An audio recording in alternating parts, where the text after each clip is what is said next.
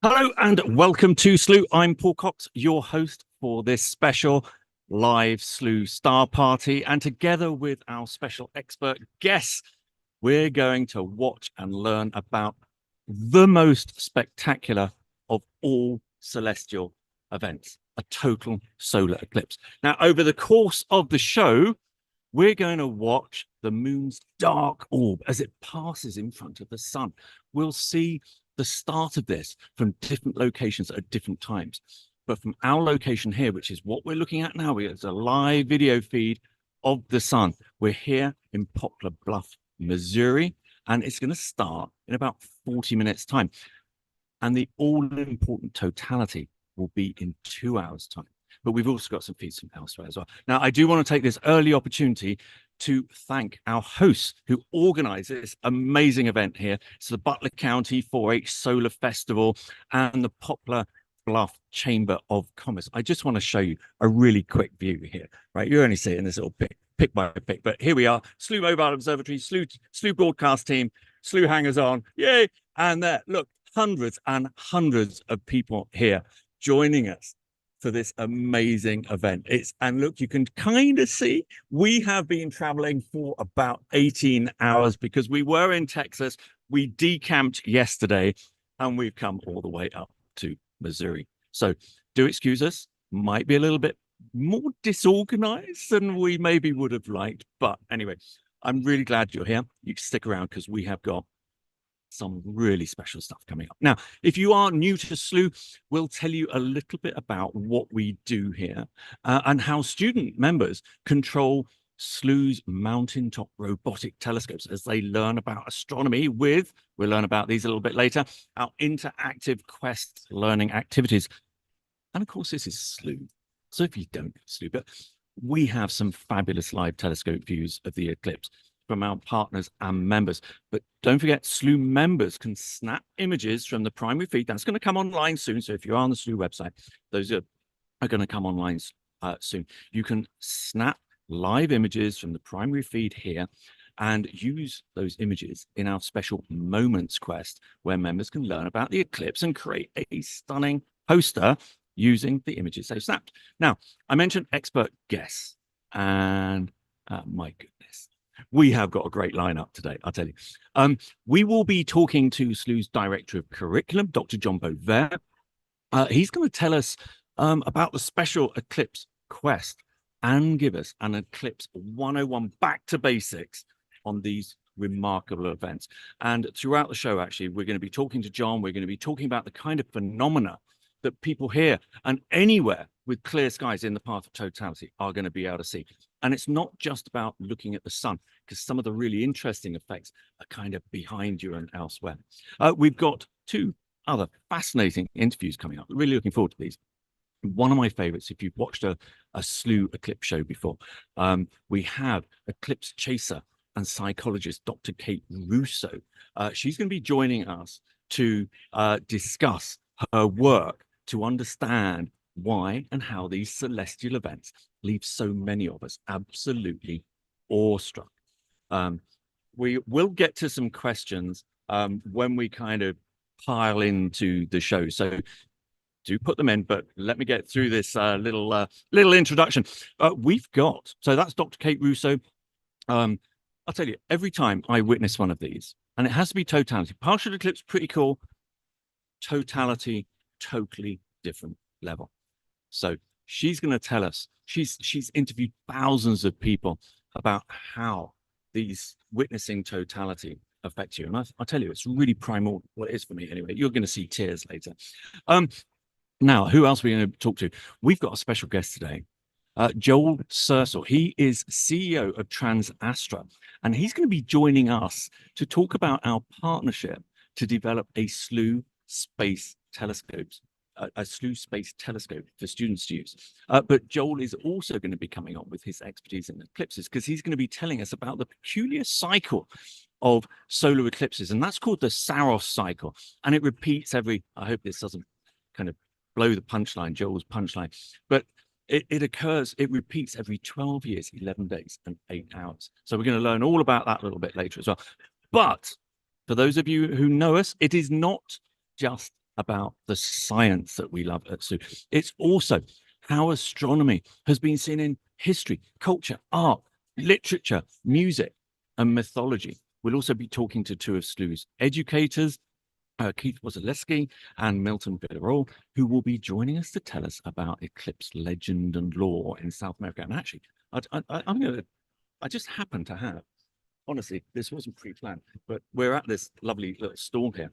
And this is why we're not just about the science of astronomy. This is our anthology of Eclipse, short fiction about space and stuff like that. So that you can pick up. Sorry, don't normally shell out our goods, but anyway. What else have we got? Well, one of the things I am most looking forward to, we've never been in a location like this. And if I just spin my camera around, you can see, look, it's kids over here being face painted. I was really disappointed I could not get in the queue to have my face painted today. But anyway, you can see everybody here. We've never been in this kind of environment when we've done an eclipse show. So one of the things I'm really looking forward to is some eyewitness reports. I want to be interviewing students and attendees here to hear about kind of before we see totality, so their expectations of the eclipse, but also some interviews after totality to see it won't be if those expectations have been met, it'll be by what factor. Because I'll tell you, if you haven't seen totality, it will blow your mind every single time. I have been doing this.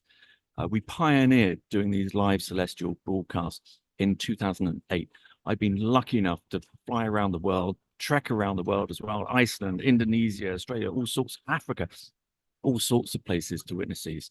And it brings me to my knees every single time. But anyway, what else have we got? Oh, we've also got a special interview with Slooh's founder and CEO, Mike Palucci. Now, Mike has driven down in this Slooh mobile observatory with us all the way from HQ in Connecticut with his sorry, we're trying to protect some equipment. Yes, thank you very much. Mike drove down in the Slooh mobile observatory with his daughter Anna. Anna actually looks after our education partners here. So it's going to be Anna's first total solar eclipse as well. So that's going to be interesting to see what she says. But anyway, don't forget, Slooh members can ask questions. We already got some questions coming in the Star Party chat and QA. And make sure you start snapping images on the Slooh members event page so you can create your personal eclipse poster. It's going to be action-packed. Now, I do just want to check with the team at the moment whether or not members can snap images yet. They're going to tell me that in 1 second. So anyway, let's not just yet. It is going to come, though. It is going to come, folks. So, right, let's get into our show because we have got, I'll tell you, so much to cover. And if you can imagine, when we organize an event like this, the timings are absolutely critical. But all of our timings were for our original location in Texas. And we drove, as I say, 17 hours last night to get here to clear skies. So some of the events, some of the timings have been changed. But anyway, I would like to welcome our first guest, Dr. John Bovet. He is Slooh's Director of Curriculum. John, are you there? I'm here. Excited to see the totality. It's going to be absolutely epic. So we've got our live feed here. John, can you see our live feed at the moment?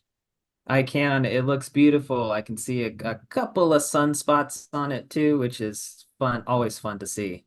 There Something are to indeed. Yeah, this view. So we've got now shortly under about 25 minutes before here we see that first little nibble that the moon is going to take out of the solar disk. So what if I'm forgetting that, team, remind me, all right, that I should be looking at that.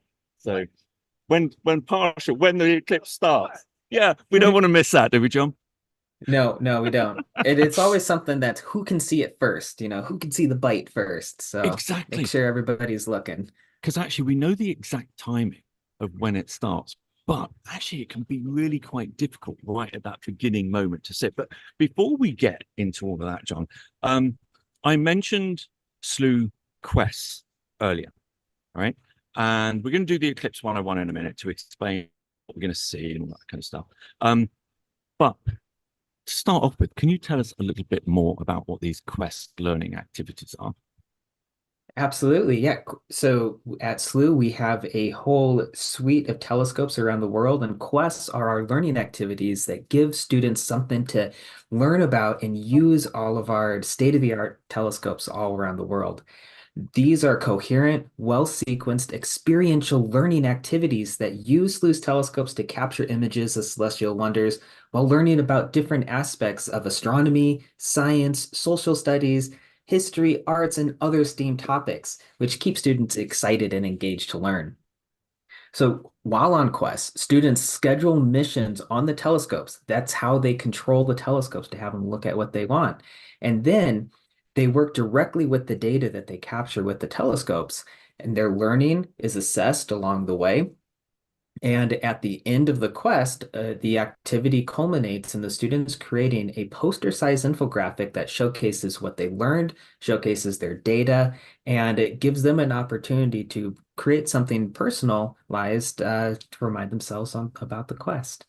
So we have loads of quests. We have over 60 interactive lessons that challenge Whoa. your students to collect and analyze data.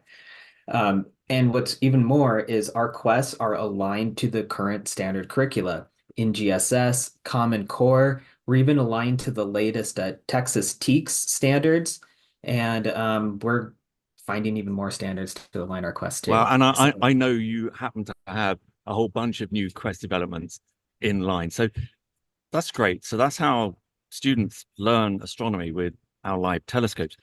Is there a Quest which um, is there a Quest is linked to the oh sorry we are oh John, look at this. Thank you very much. oh, You can shout at me, studios. All right, shout at me. I've got Gretchen, our events manager, right next to her. She's running the show today. She kind of poked me, and I thought there was something wrong going with the feed, but here we go. Junction, Texas. They have got a little bit of clear sky down there.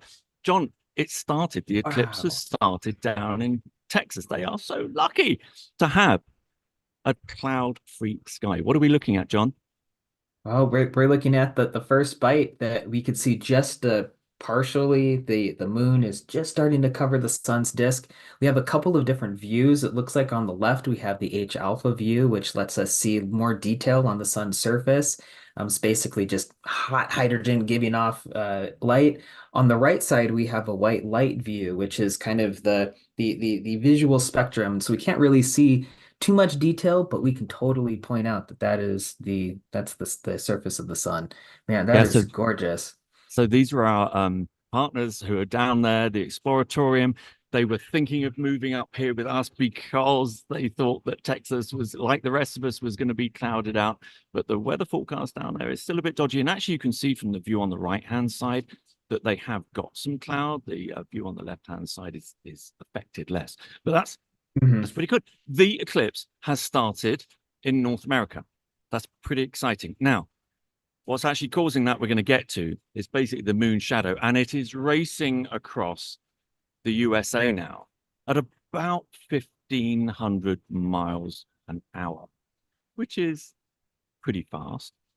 And it's racing its way here. And in about 23 minutes' time, it's going to take its nibble here when that shadow reaches us here in Missouri. So, John, oh, there's a lovely one. Look at that. That's a whole look at that. I love that view, right? Because here we go. We got a live view of the sun from Junction in Texas. And you can see that little black spot on the Mhm. sun. Well, that's exactly what you said, John. You saw that same black spot in our feed, and it's a sunspot.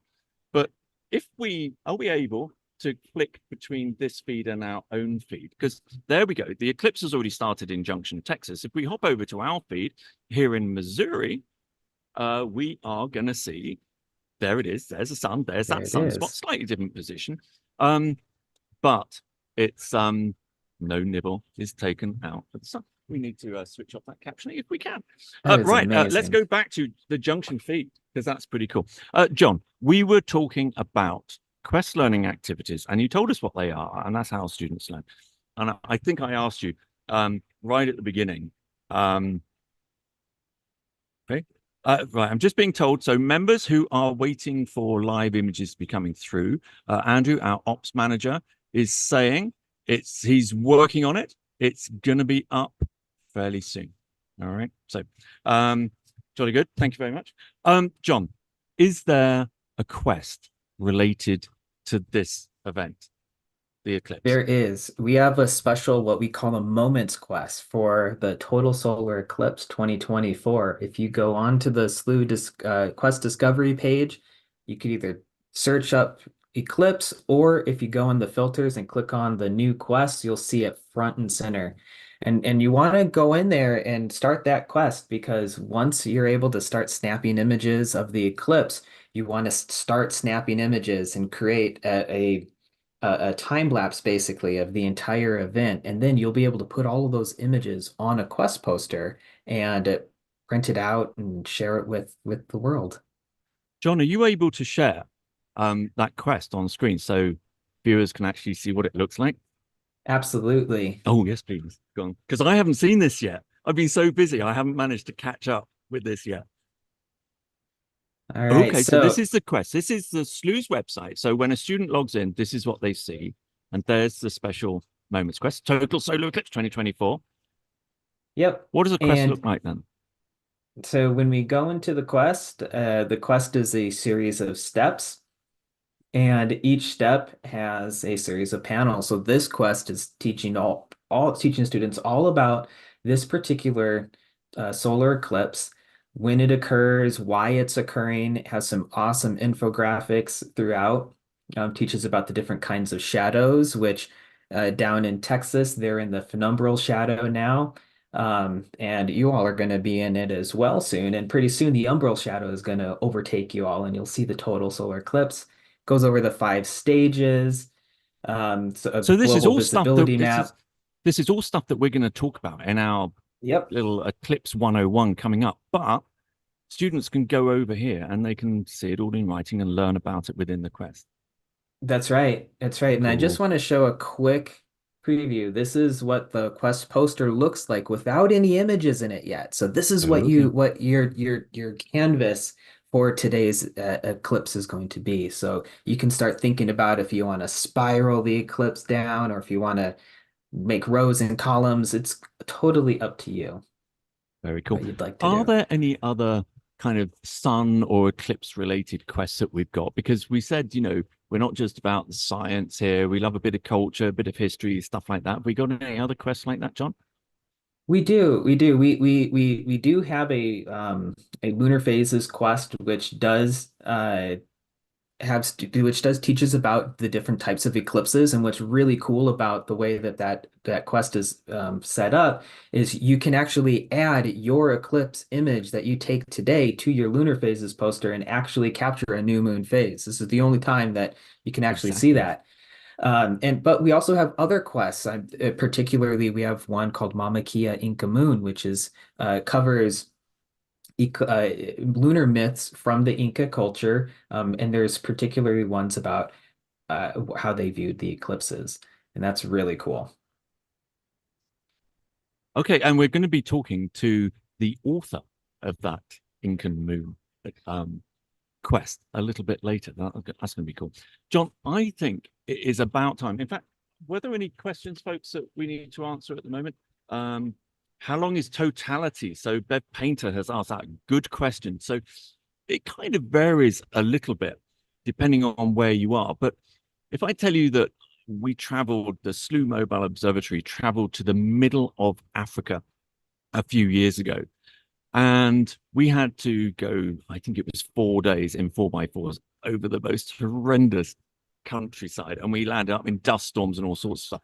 We did the whole of that trip to witness 13 seconds of totality. Now, different eclipses have different durations of totality. This one is going to be absolutely spectacular because it's roughly most people on the continental United States have got about just over 4 minutes of totality. So in Africa, imagine this. We're standing there in the middle of Africa. We're broadcasting a show like this. And suddenly, bang, we're going to go over all the stages and the diamond ring and all the other lovely things that we're going to see during the eclipse. But bang, totality sets, 13 seconds, count to 13, bang, it's gone. You hardly have a chance to take it in and see the corona. John's going to talk about this later. Corona is the best bit of a total solar eclipse because you don't see it in a partial solar eclipse. But we've got 4 minutes and something like 13 seconds to be able to really take all of that in. So I'm really looking forward to that because it's going to be the longest totality that I've ever witnessed. So thank you very much, Bev Painter. Can auroras be seen during an eclipse? That's another one from Bev. You know, I think you could if it was strong enough. So this is northern and southern lights, and you'd have to be kind of where you would normally be able to see an aurora. So you'd have to be fairly far north or fairly far south, because basically during totality, this is going to be pitch black here. This is going to be like the darkest moonless night you can ever remember. The sky goes totally black. We're going to be talking about this a little bit later. But if you are watching us early on and you are in the path of totality, where you're going to be witnessing totality, you're going to see a whole stack of marvelous things come out. We're going to see Jupiter on one side to the left of the sun. We're going to see Venus shining so bright on the right-hand side. If you go further down, if you've got good eyesight, young eyes, in other words, not old ones like mine, you might be able to see Saturn and Mars. But here's the big one. I don't remember ever having an eclipse where when the sky goes dark, we may be able to see a very small, faint, fuzzy patch, and that's going to be a comet. So if you are in that path of totality, spot Jupiter to the left of the sun, and just down to the right, that if you see a fuzzy star, chances are that's the comet 12P. And we'll talk about that a little bit later. I know John's got any other questions that we've got? Okay, keep the questions coming in. Students, Slooh members, we are watching the live feed. This is John, you mentioned hydrogen alpha. For people who don't know what hydrogen alpha is, this is the view that we're looking at the moment. So this is the partial phase of the eclipse. There's the moon. So that little bite is the silhouette of the moon passing in front of the sun. John, why and what makes this particular view special? What's this H alpha, hydrogen alpha thing that you were talking about? So the sun is made mostly of hydrogen, and so H alpha is a particular wavelength that hydrogen emits.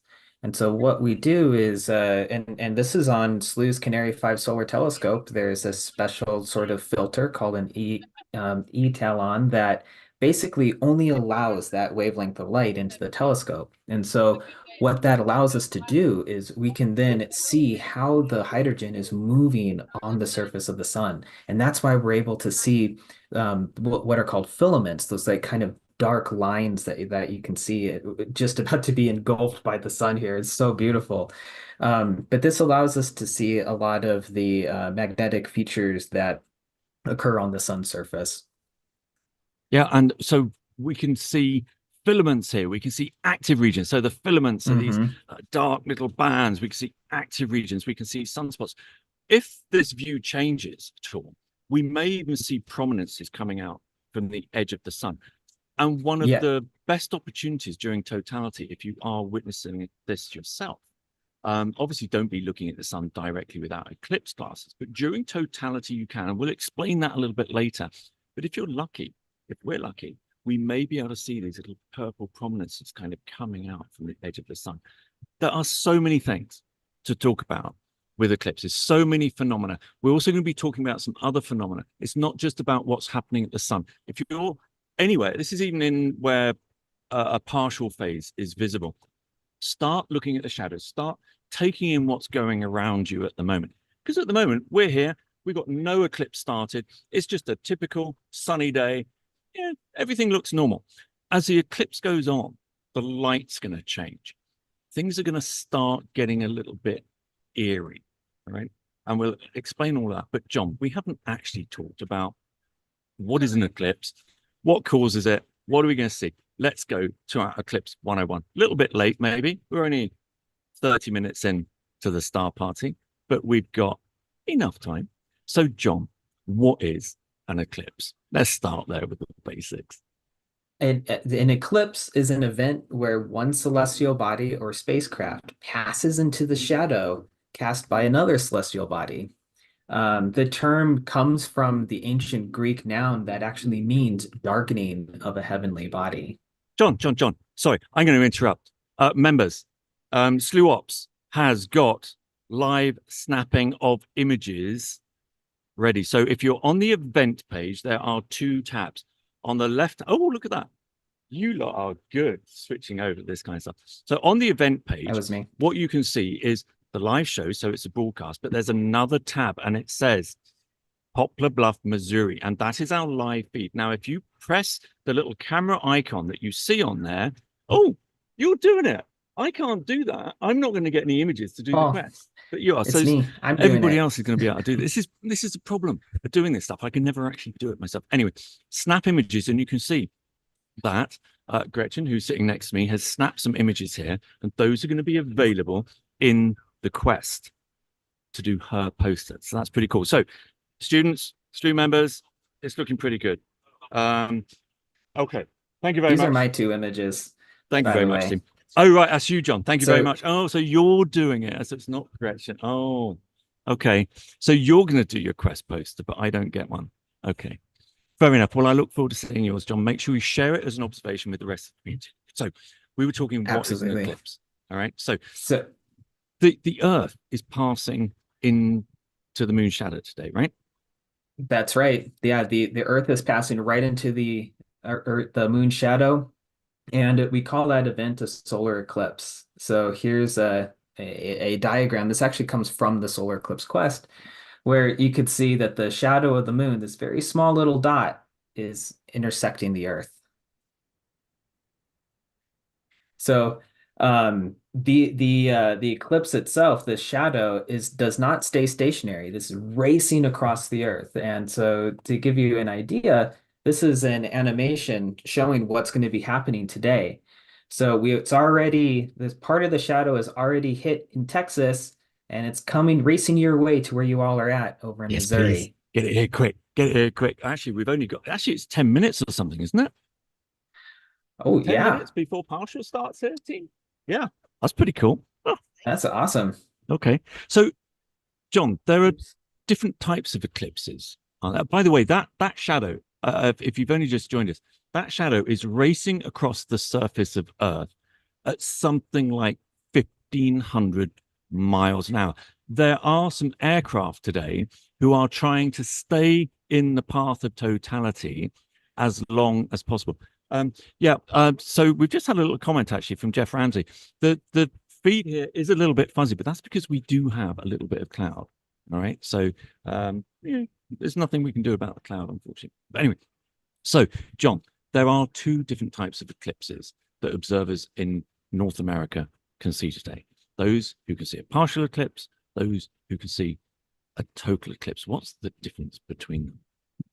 So in simple terms, the total solar eclipse is when you're in the moon shadow. It's called the umbral shadow. Um, that small shadow here. If you manage to get yourself inside that path, then you're going to see a total. But if you're not inside that path, then you're going to see a partial. Um, and so like where I'm at, for example, I'm only going to be able to see a partial eclipse, but you all are going to be able to see a total solar eclipse. But what's more than that is there's two kinds of total solar or two kinds of solar eclipses. There's a total solar eclipse and what's called an annular solar eclipse. And this has to deal with the fact that the moon's orbit is not perfectly circular. It's actually elliptical, which means that sometimes it's a little bit closer to us, other times it's a little further away. And this is going to impact the kind of eclipse that you're going to see. So on the left side here, this is what we're going to have today, a total solar eclipse where the moon's a little bit closer to the Earth than on average. And so this umbral shadow is going to hit the surface. This is where you all are at right now, where all of the feeds are. So in this number two position, you're going to be able to see a total solar eclipse. This image is from the Great South American total solar eclipse that we did back in 2020. And but if you're only in the penumbral shadow, you're going to see a partial, like what was seen in Slooh's Canary 5 solar telescope back in 2021.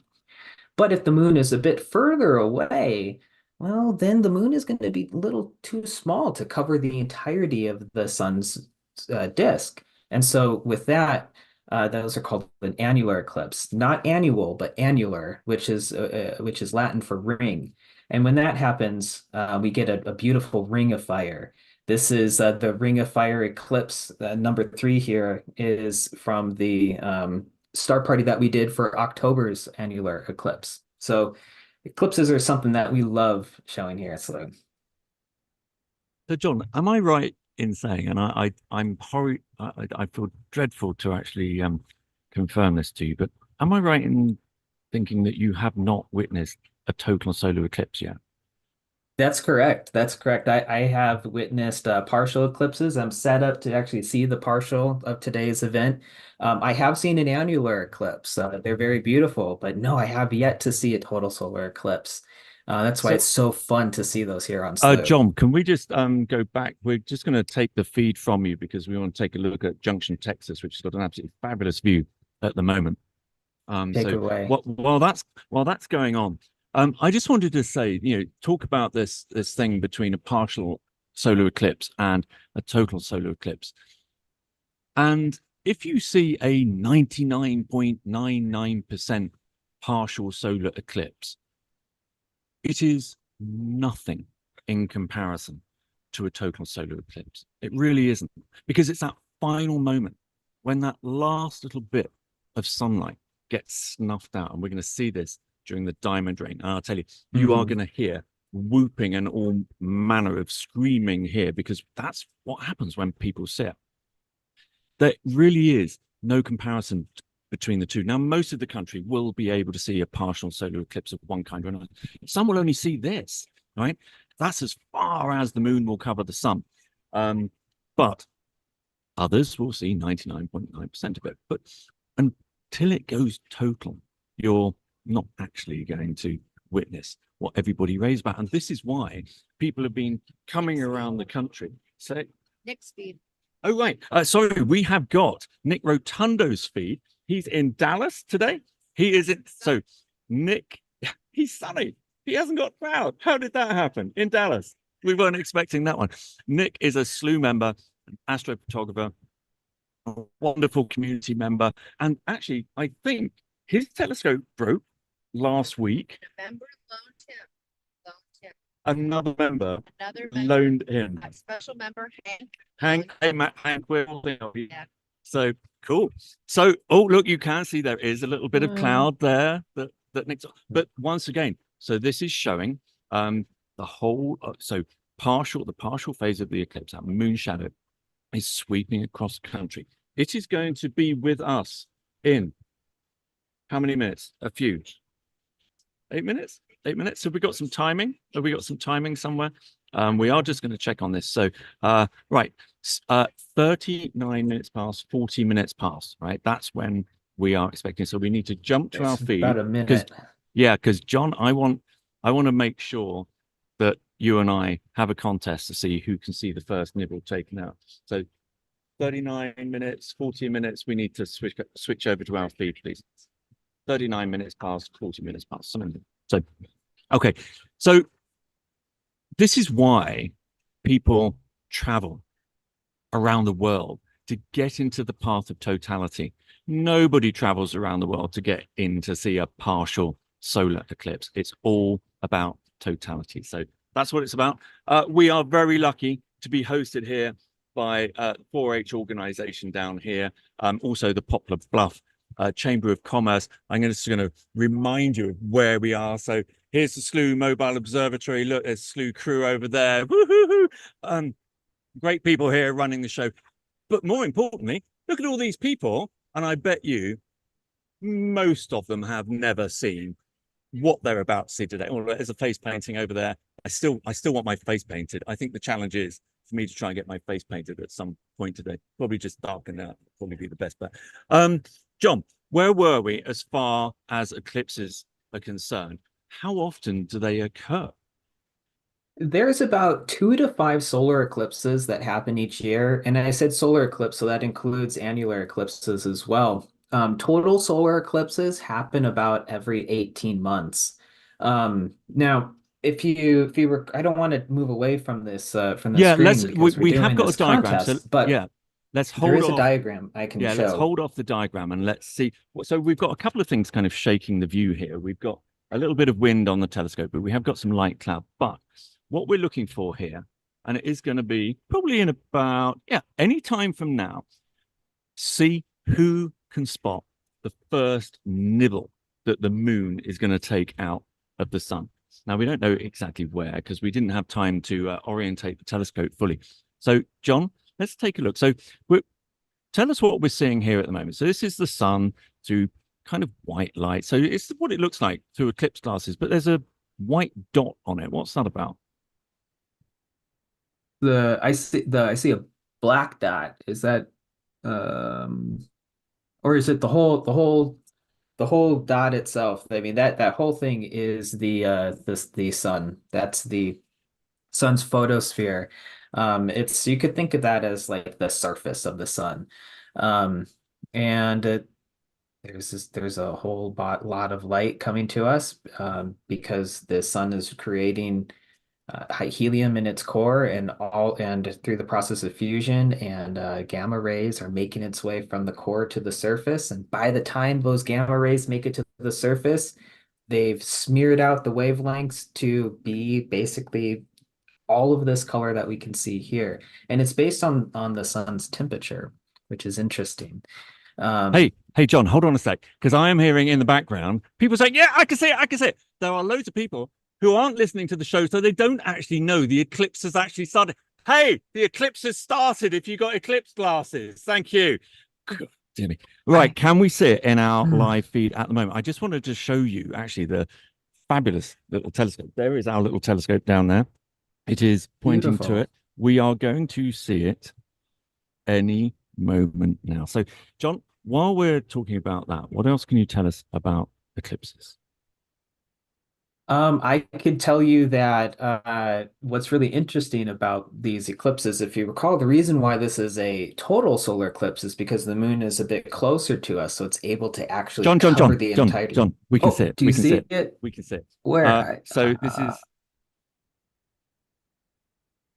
Oh, I can see it on the feed. I can see it on the feed. you Yes. can see it on the It's feed. about Okay, like so we're just it's going to about like update seven something o'clock. here, so that we can see it in the live feed. Here it comes. Here it comes. Here it comes. Yay! There it is. It's coming. It's coming. Here it comes, John. Wow, that's awesome. Here it comes. Here it comes. Wait for it. Wait Make for it. sure you Oh, snap there the it images. is. There it is. Right. What are we seeing now?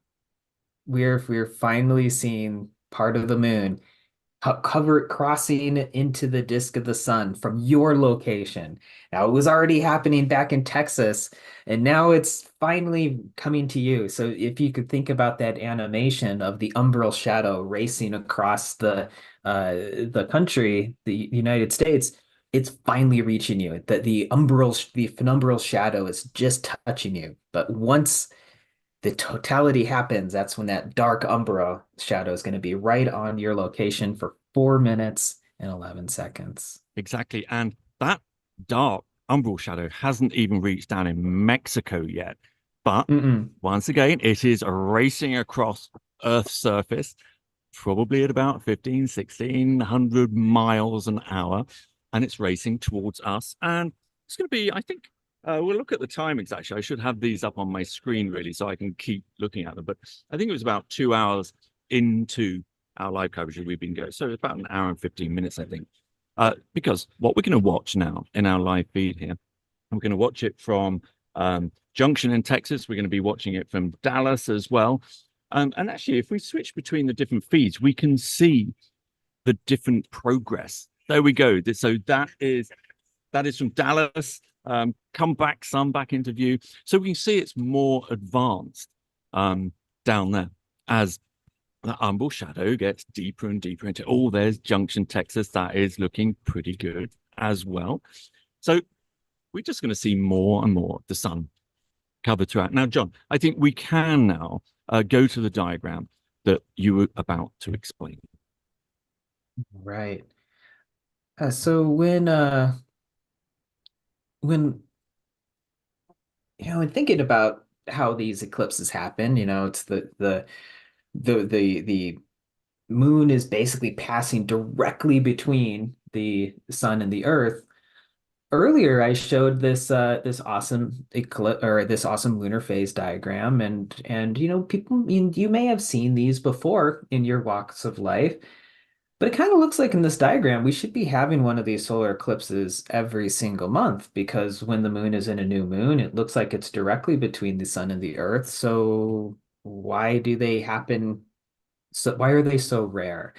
And the reason is because the moon orbits around the Earth in a tilted orbit plane. So the moon's actually about 5 degrees tilted compared to the plane that we orbit around the sun. And so most of the time when we have a new moon phase, the penumbral shadow is either above the Earth or below the Earth, and it doesn't actually hit us. It's only when everything lines up perfectly where we're able to see these things. So that even more, just when you think about a total solar eclipse, not only does the sun, the earth, and the moon need to line up perfectly, but the moon needs to be in a part of its orbit where it's actually closer to us. And then when you think about all of the beautiful prominences that we may be able to see, the sun goes through an 11-year solar cycle, and we're kind of reaching the maximum of that. So all of these beautiful things are lining up perfectly for this spectacular event. Let's me get back to the feed and let's see how this is going. There are so many things that have to line up perfectly to see a total solar eclipse. I mean, that's so rare, John. So this is, and it's this, unlike a lunar eclipse, which is basically visible wherever in the world you can see the moon during a lunar eclipse, you have to be in a certain part of the world to be able to see a solar eclipse, don't you? That's right. You have to be in that path of totality. Like you said a moment ago, if you are even just a little bit, 99.999% partial or coverage, you are not going to see the magnificent total. So you all are in for a treat. Yeah, indeed. When we say all in for a treat, I would just like to point out that unlike most of the people here, so I've got Max who works for Slooh just here. Look, oh look at that. That's a good shot. Look. Now Max is looking at the sun through his eclipse glasses, and I haven't. Oh, and there's Todd doing the same thing. I haven't actually managed to take a live view. So, John, I think you, me, and maybe Gretchen are the only people who haven't actually seen the eclipse here with our own eyes. But anyway, that's why we got the live feeds coming in. So John, where That's were right. we? Remind me where we were in our Eclipse 101.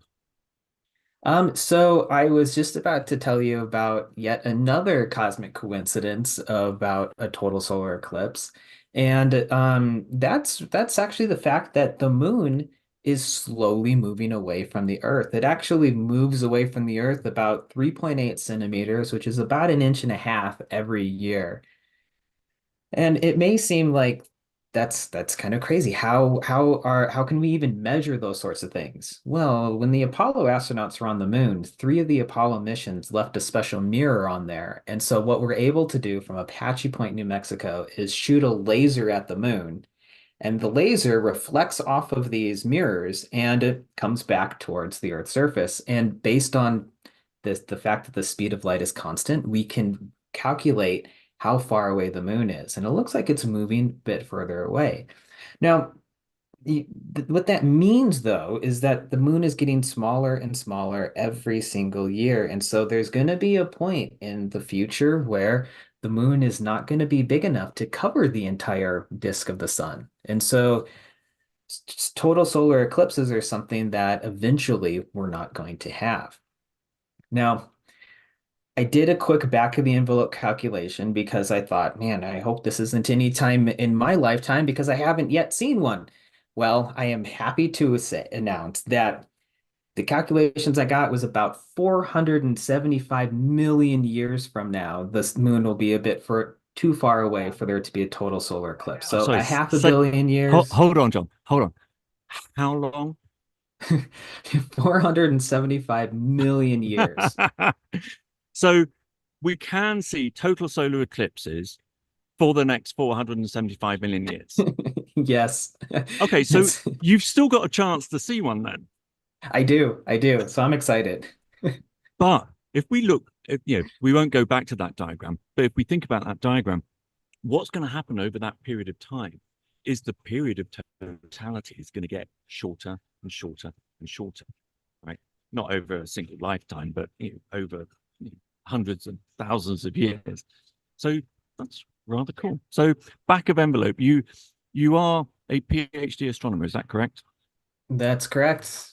Yeah, so Yes. your kind of back of envelope calculation is well above my pay grade. But thank you for showing that. John, I just wanted to say, I just want to give a shout out to one of our schools who are using Slooh, and it's Penelope Tobin has said she's in the our webinar, so members can join our webinar and interact with all of us. And she says her whole class is watching.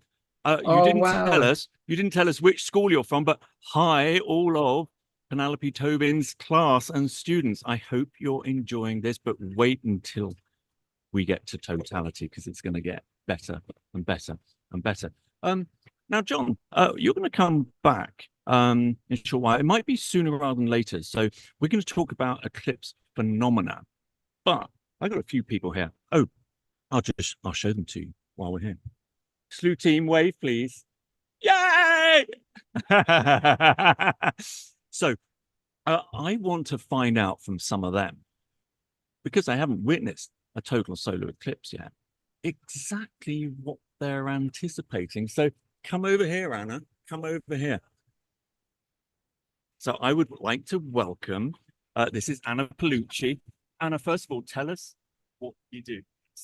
I do education partnerships at Slooh, so I've maybe spoken to a lot of you guys, work with the schools, the teachers, get everybody moving along through the process. So if any teachers who are currently using Slooh with their students, if they want to contact you, how do they do?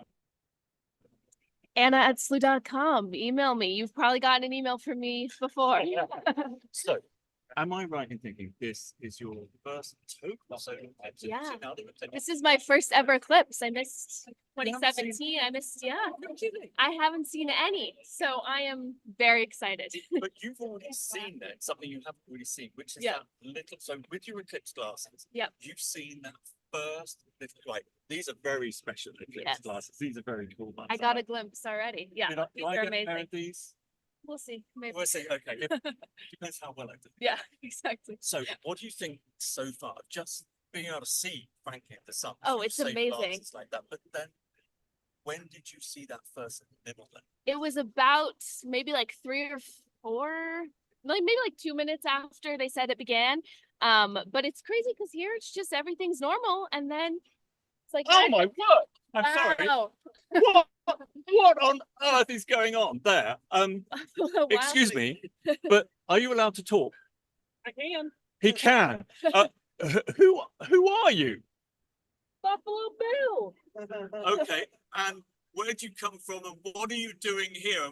That is so scary. I'll tell you. What on earth is going on? We don't have people like you. Okay, so you're Wow. very novel. Must be toasty in there. Just a little bit. So where are you from? Are you Buffalo from? Wild Wings. Okay.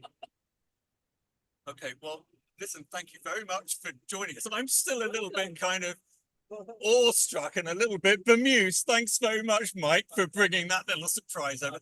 We'll see you later. You're probably going to lose, I would estimate, what, 15 pounds in body weight in that costume? Possibly. Okay, good luck. Look after yourself. Wow. A fun surprise. Yeah, so I was going to talk to you about what was your expectation. That Yeah, wasn't my expectation. that was not my expectation. What were you expecting? I mean, some people, when they look through eclipse glasses, the sun's maybe a little bit smaller than they Yeah, imagine. it was way smaller, way more orange. I mean, I've seen a lot of the Slooh photos, so I was kind of expecting a variation of that, but it just seemed so far away. It was crazy. So what have you heard about totality? I've heard that we're gonna experience darkness Yep. for about 4 minutes. Yep. For some reason, when I picture it, I imagine everything's going to go silent. But with all the children around here, I guess that's probably not the case. But I just, for some reason, sound is correlated to the darkness there. But that's what I'm imagining. Just like we're entering a whole other world for about 4 minutes. And it goes really weird. So in the run up to that, we're going to talk about it with John in a second. But make sure you start kind of just taking everything in. So the light around us, it still kind of looks like a bit of a normal day. Yeah. But basically what's happening at the moment is the sun, which is this kind of huge kind of fluorescent light, is gradually being turned into a spotlight. So if you start looking at your shadow and stuff like that, all of the lighting changes. We're going to start losing the color from everything. Oh, amazing. All right. But look behind you as well, because Okay. there's some great effects, you know, like that behind something. Everybody's looking up at stuff. We'll talk about that later. So make sure you listen out for that. Okay. What are you going to do during totality? Because it's a really special time. I think I'm going to go try and seek that quiet space where I can just experience it on my own and see how it makes me feel and just take it all in. Can I come with you? I Because I have sure. never done that before. I mean, they don't mind dead air. Yeah, You know, should find their but solitude. honestly, I think that is, if this is the first totality that anybody's seen out there, I think that is such a good idea. Okay. Just find your own space. Yeah. All right. And just take it all in. You've got 4 minutes and 13 seconds. Wow. Or whatever. It's wild. You're going to enjoy it. I can't hope. wait. I want to talk to you later because I want to find out whether or not totality meets your expectations. I think it must. I mean, my expectations are up here, but I have faith that it will. I got a sneaky suspicion they might be. Yeah. I'm already observing. Anna, thank you very much. Thank We are you. going to see you later. Find your quiet spot. Okay, I will. Thanks, everyone. That was Anna Palucci.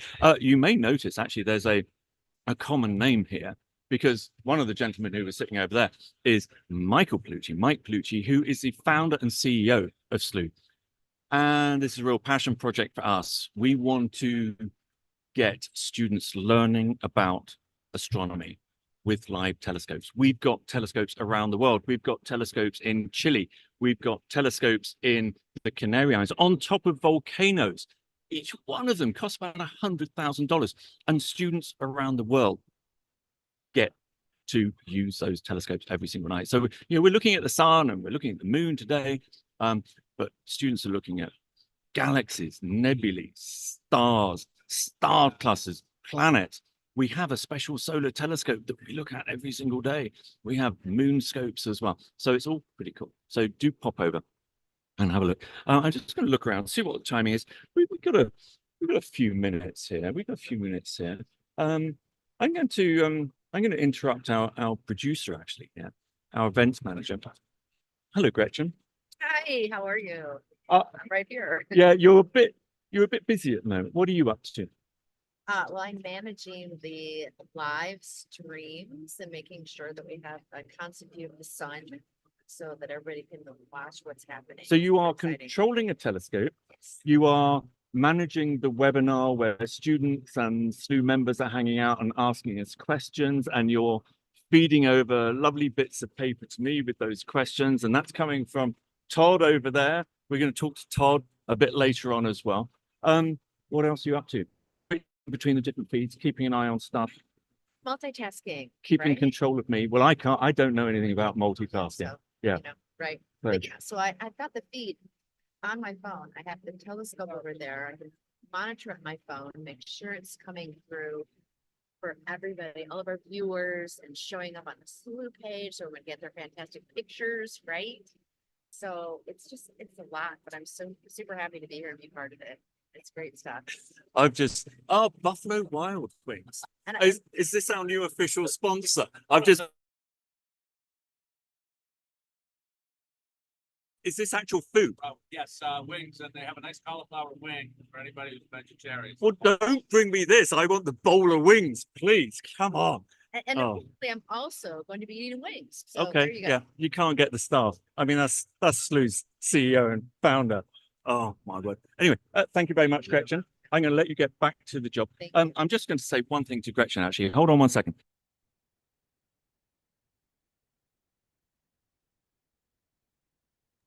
Make sure you're snapping those images from the live feeds.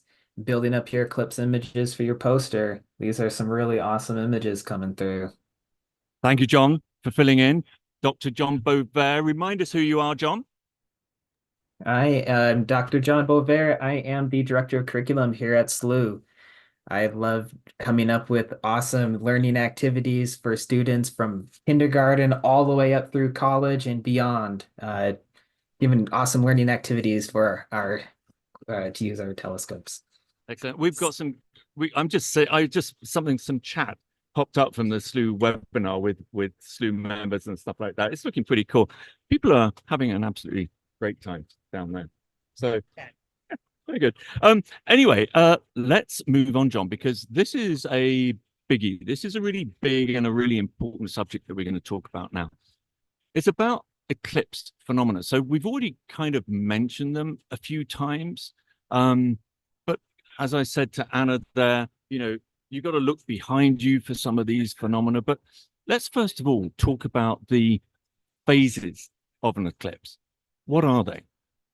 Yeah, there's 5 phases or stages or special points throughout the eclipse. And believe it or not, we've already passed the first one.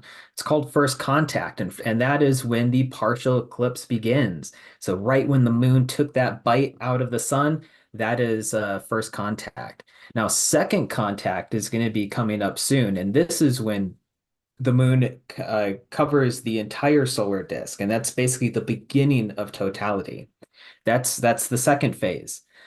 The third phase is totality. This is the maximum eclipse. This is the most remarkable stage, the reason why everybody gets themselves into the path of totality.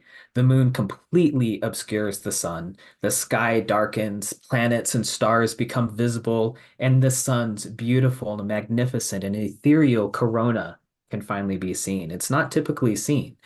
And those that are in that path of the moon's umbral shadow may also see what are called Bailey's beams and the diamond ring effect right before and after totality. So we'll talk about those in a little bit.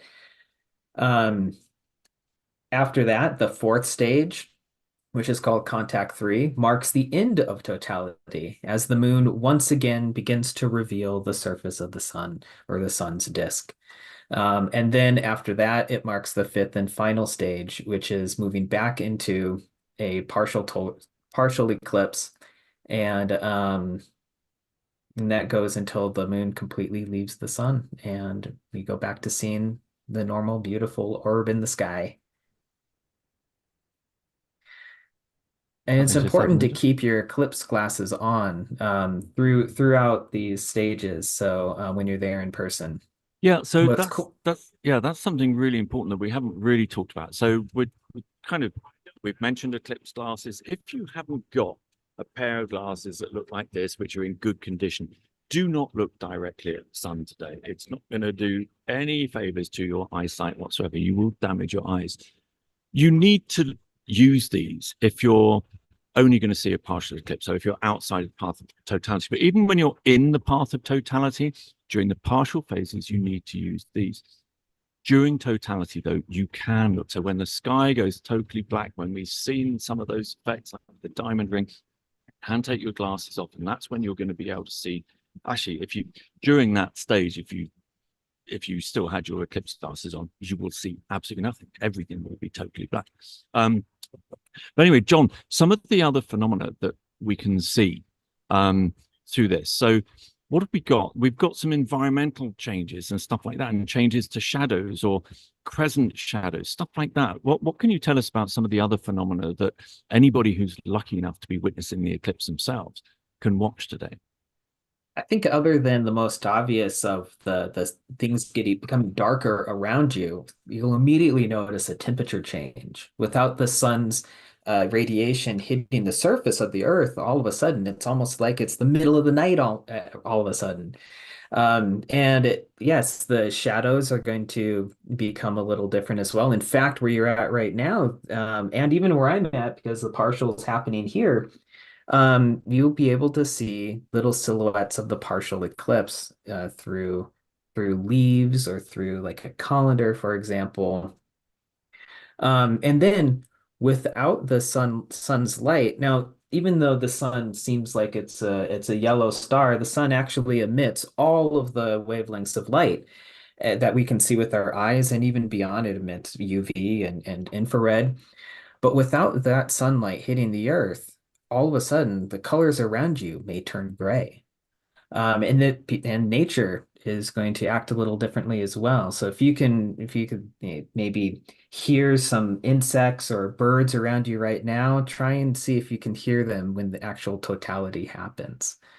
But there's an even bigger effect that happens when you look behind you. And I know, Paul, you like talking about that one. So I want you to tell me about what you're going to see behind us or Well, behind you all. it really it depends on the quality of the sky. We've got quite a lot of cloud here, but sometimes when you're looking behind you, you can see shadow bands, and this is, you know, in the later stages of the eclipse, and it's the way the sunlight is is is going through the atmosphere when we're turning the sun into this tiny little spotlight. So look behind you. If you've got a white wall or maybe some cool brown eyes, kid not enjoying the eclipse. You see, this is a boring stage of the eclipse for a lot of kids. So if you are watching with kids and they are getting a little bit bored at this stage, right?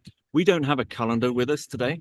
So Max, one of our sales guys, made this last night at our little shack, and it's just got loads of little holes in it. And if we hold this down, it's better at the later stages of the eclipse. But if you hold it down to the ground, I'm just trying to show this on here. Look, it's difficult to show this. The rounder the holes are, the better this effect gets. And further on the eclipse, you're actually going to see this a lot better. But you start seeing hundreds of little crescent suns, which look really, really cool. You can also get the effect if you've got any trees behind. In fact, there are some trees. I wonder if we'll be able to sit with that. Where the leaves are casting their shadow, you kind of get hundreds of little crescent suns, and it looks absolutely spectacular. Now, we are looking at this feed at the moment. John, I want to actually stick my eclipse glasses on and actually take a look at this myself. By the way, there are some other phenomena that we are going to talk about, because in the moment surrounding totality, there are some absolutely extraordinary things happening. And once again, people are looking up at the sun. But I've been saying this actually to a few people over the last couple of weeks. A little bit of cloud cover during an eclipse is really, really cool. During totality, where that umbral shadow is racing towards us at 1,500 miles an hour, if you look westward, we are going to see, especially with the cloud there, you can actually see that shadow kind of starting to encroach on the top of the clouds as it comes over, which is a really, really cool effect. And you also see that shadow receding after the eclipse as well. During the eclipse, it's like it can be. All of this depends on sky conditions and stuff like that. But look around the horizon, and on this one, because we've got 4 minutes of totality rather than 13 seconds that I've seen before, you've got time to look around and experience all this stuff. Sometimes you actually see a 360-degree kind of sunset. So all around the horizon, we can start seeing some red sky. But John, I wanted you to talk about something. Don't start talking about the totality phenomenon yet. But could you just hold the fort? Because I'm going to be really selfish here. I'm going to stick my eclipse glasses on, and I'm going to take a look with my own eyes of that partial phase. Sounds good. All right. So yeah, so I won't get into any totality phenomenon, but I still want to just, mark how awesome it is that depending on where you're at on the Earth, you can see the eclipse in different stages. So even where I'm at in Las Vegas, actually the partial is much further along than it is where the feeds are at in Missouri, even in Texas. My maximum partial is going to be in about 12 minutes from now, which is pretty interesting. Now, all of these are all pieces of evidence that the Earth is not flat. The Earth has to be a sphere in order for all of this geometry to happen, which is really cool to think about that. Uh, that there's evidences surrounding us that we've been seeing for thousands of years that tell us that the earth is not flat. And we knew this thousands of years ago, believe it or not. Then Um, why do some people, John, at the moment not think that? But anyway, I'm back. I actually had muted my microphone, but if I hadn't, you would have heard me whoop, because that is my first proper view of the eclipse. And I actually just turned around to some of the people sitting down at the desk here. Some of the other Slooh team have been wandering around and have managed to see it so far. But Gretchen and Todd just got up as well to see that. Actually, I'm going to ask them. What do you think, guys? Pretty really cool. cool. I've been able to see like this partials, so it's really, but I'm like getting really excited. I Getting had really kind of excited. forgotten how cool it It was is to actually super see it cool. with your own eyes. So anybody out there, if you've got some eclipse glasses, even the partial phase, it looks pretty darn cool. So and it looks cool in our live feeds as well. Our people, I'm just going to ask the team actually. Everybody managing to snap images on Slooh's website? No problems there. Yep, all of that is going ahead. So quest images, John, remind us about the quest before we talk more about totality phenomena, which I love. We have a total solar eclipse 2024 quest. It's a special moments quest just for today's eclipse. And what's really fun about it is as you've been snapping images from our live feeds, you're going to be able to take all of your images, actually up to 41 images that you take, and you'll be able to make a really awesome infographic poster with it, showing the entire duration of the eclipse. If you want to have one for all of the phases, because you got that one right in the first bite, I know I snapped an image of that. You'll be able to make an Eclipse poster with them. It's so cool to John, see. I so wish I could. I've got so many windows open on my machine. Oh, I'm gonna actually ask Max to come back and do what you were doing just no down there in front of us. Right. So this is come further back there, Max. No, higher up. But right. So hopefully, John, you can see this. So further away from the ground, you can see quite clearly what happens. I'll get further down and see it. You can see anything with a hole in it will cast a little projection of the partial phase. And you can see there's a hole staying. And as the eclipse goes on, it gets easier and easier to see. But if you've got a calendar, that's the best way of doing it. Max, thank you very much for manufacturing that last night. Happy to help. That was very good. If you saw it last night, that was about, I think it was at 11 p.m. last night. We looked for a calendar in the rental property that we've got, couldn't find one, found a foil tray, and basically Max went to town on it with a knife. So thank you very much, Max. Well, keep viewing that and let us know how it's going. It's very cool to be able to do some astronomy with nothing but what's in my kitchen. Thank you very much. Yes. Yeah. Inventive, very inventive. John, totality phenomena. So we talked about, some of the phenomena that we can see. And actually you were mentioning, changes in light and stuff like that. Actually, I'm gonna ask Anna. Anna, come over a sec. So this is the Slooh team here. Anna, are you noticing any changes? Yeah. I was just about to give another look. For the first time in So it's looking pretty cool. But how about some of the other phenomena? Is there any change in the lighting generally that you can kind of feel? Come down here. Come down here. So look around at the grass and the shadows and stuff like that. Is there anything noticeable? Yeah, the saturation seems like it's Something's declining a little changing. bit. You're right. Something's changing, and the thing is, it comes on so slowly. Yeah, Unless you consciously kind of start looking around and Yeah. get that picture anyway, yeah, then half an hour later, have another look. yeah. But It's the crack. I can feel something. Something is changing, and things are getting sharper. Yeah. Yeah? Pretty Yeah. cool, isn't it? It's so Yeah. cool. Thank you very much. Wow. Sorry to just grab you and disturb your eclipse watching. This is rather cool. John, so I am definitely seeing some changes in lighting and clarity stuff.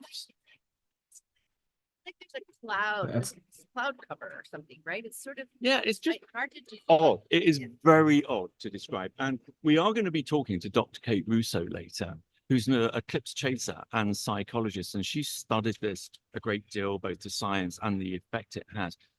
But if you can imagine what's going on, and it's not just human beings, but John talked about the effects of nature as well. Animals are even better at us than sensing changes like this because it's in the primordial core of our brains. And our brains are always kind of looking for risk and danger and stuff like that. And we're very good at picking up, hey, something's changing around here, but I'm not quite sure what it is. We're not really that far into it, if you can see. I mean, we're looking at the live feed now, and the sun isn't even half covered. But as this progresses, these changes are going to go on and on and on. And I do wish, look, I wish that everybody who's here was actually listening to us, because they're actually missing so much of this, being able to tune in to not just looking at the sun. It's about what's happening around them as well. John also mentioned earlier when we talked about eclipse phenomena, the changes in nature. Now, we're not going to notice anything here because frankly, there are so many people around. There's no birds around, there's no insects around, anything like that. But we did a fascinating segment from, which zoo did I do that from, Gretchen? Yeah, Nashville Zoo a few years ago. It was the 2017 eclipse actually, and they had set up lots of webcams on all of their animal enclosures. And what they were asking everybody to do was monitor those and look at the animal behavior. And what happens, and if you can imagine, this is like the transition during 12 hours between dusk, midnight, and then dawn, but all happening within a few minutes. And the animals get so confused. So any grazing animals, you'll normally see them start lying down because that's what they do when at dusk, when stuff gets dark. You get cicadas starting chirping, and birds are starting to roost. And if you really start tuning into that, so hopefully some of you are kind of in more rural areas, not when there's loads and loads of people around. So there might be some wildlife there that you can monitor. Certainly some of the schools who are watching now, I know there's a few schools watching at the moment. Animal student, hello everybody. Thank you very much for tuning in. Just go outside and try and sense some of that. It won't happen until very close to totality. So all of that kind of stuff really happens in the 10 minutes on either side of totality. So just keep an eyes open. And if you do spot anything, any changes in behavior, let us know. If you're a Slooh member and you're actually in chat and you're part of the webinar, then make sure you write any questions or your own observations down. But anyway, let's carry on going. Were there any questions that I need to answer? Right, John, we've got a couple of questions here. Why does our perception of color diminish during a solar eclipse? Well, it's because when we need to have light reflecting off of something in order for us to see its full colors. And so if we don't have a nice spectrum of light hitting an object, then we're going to see the colors a little bit differently. So for example, if you had a red light that's just shining red light and you shine it on a wall, all you're going to see is red light. You're not going to see the actual color of the wall. But if you shine a white light onto a wall, then you'll be able to see the color that the paint is, for example. It's a good question. It is a good question. And, if viewers want to kind of understand what it's like, well, it's just dawn and dusk. We don't see very much color at dawn and dusk. But what's kind of quite weird in an eclipse is it all happens. Oh, look. We've look got at our that. first totality. This is in Mexico. So, John, this is the umbral shadow has reached Mexico. How did that happen? Whoa. If only we were able to predict the exact time that was going to happen. That is pretty cool. Look at what we're seeing here. John, we're seeing the corona, aren't we? Now, we haven't got onto this, but what is the corona? The corona is the last layer of the sun that we typically don't even see because it's about 10 million times less dense than the sun's surface. So even though there's light coming to us, just the sun itself is typically so bright that we can't even see it. So we need to have something actually blocking out all of that light from the sun in order for us to see the beautiful corona. Now, corona is Latin for crown, so it's basically like the crown of the sun, and it's so awesome. One And really fun. Sorry, go for it. but look at this, John. So as the eclipse is deepening, don't forget this is they've got about 4 minutes as well. They're changing a few of the settings as well, but they're toning it down. Look, we can see some Ooh, prominences now on the edge of the sun as well.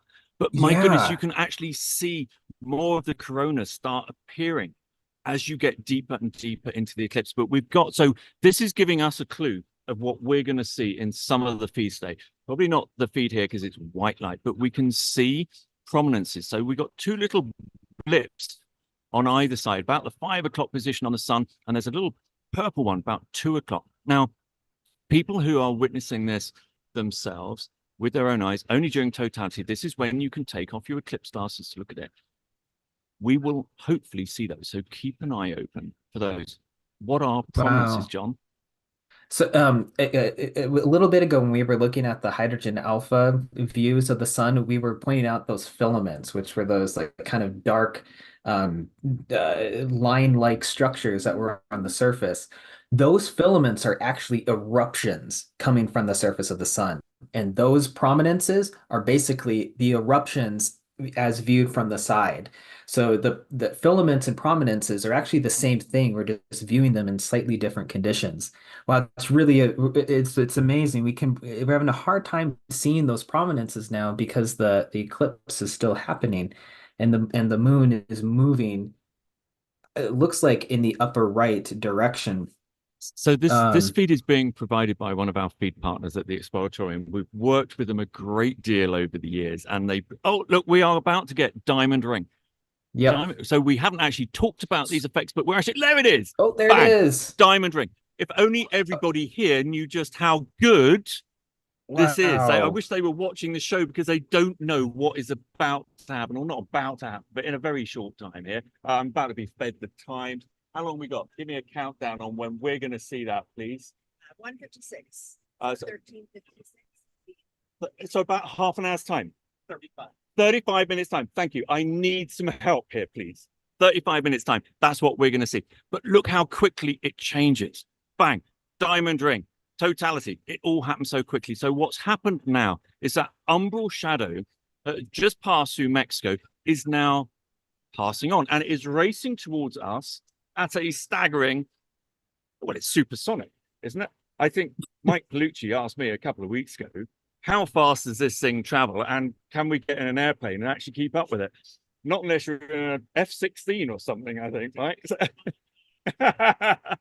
So anyway, we do have, so we've got a lot to look forward to there. There's some other effects Oh that yeah. John and I are going to talk about in a sec. But we got a question in from Jordan, who's asked another question.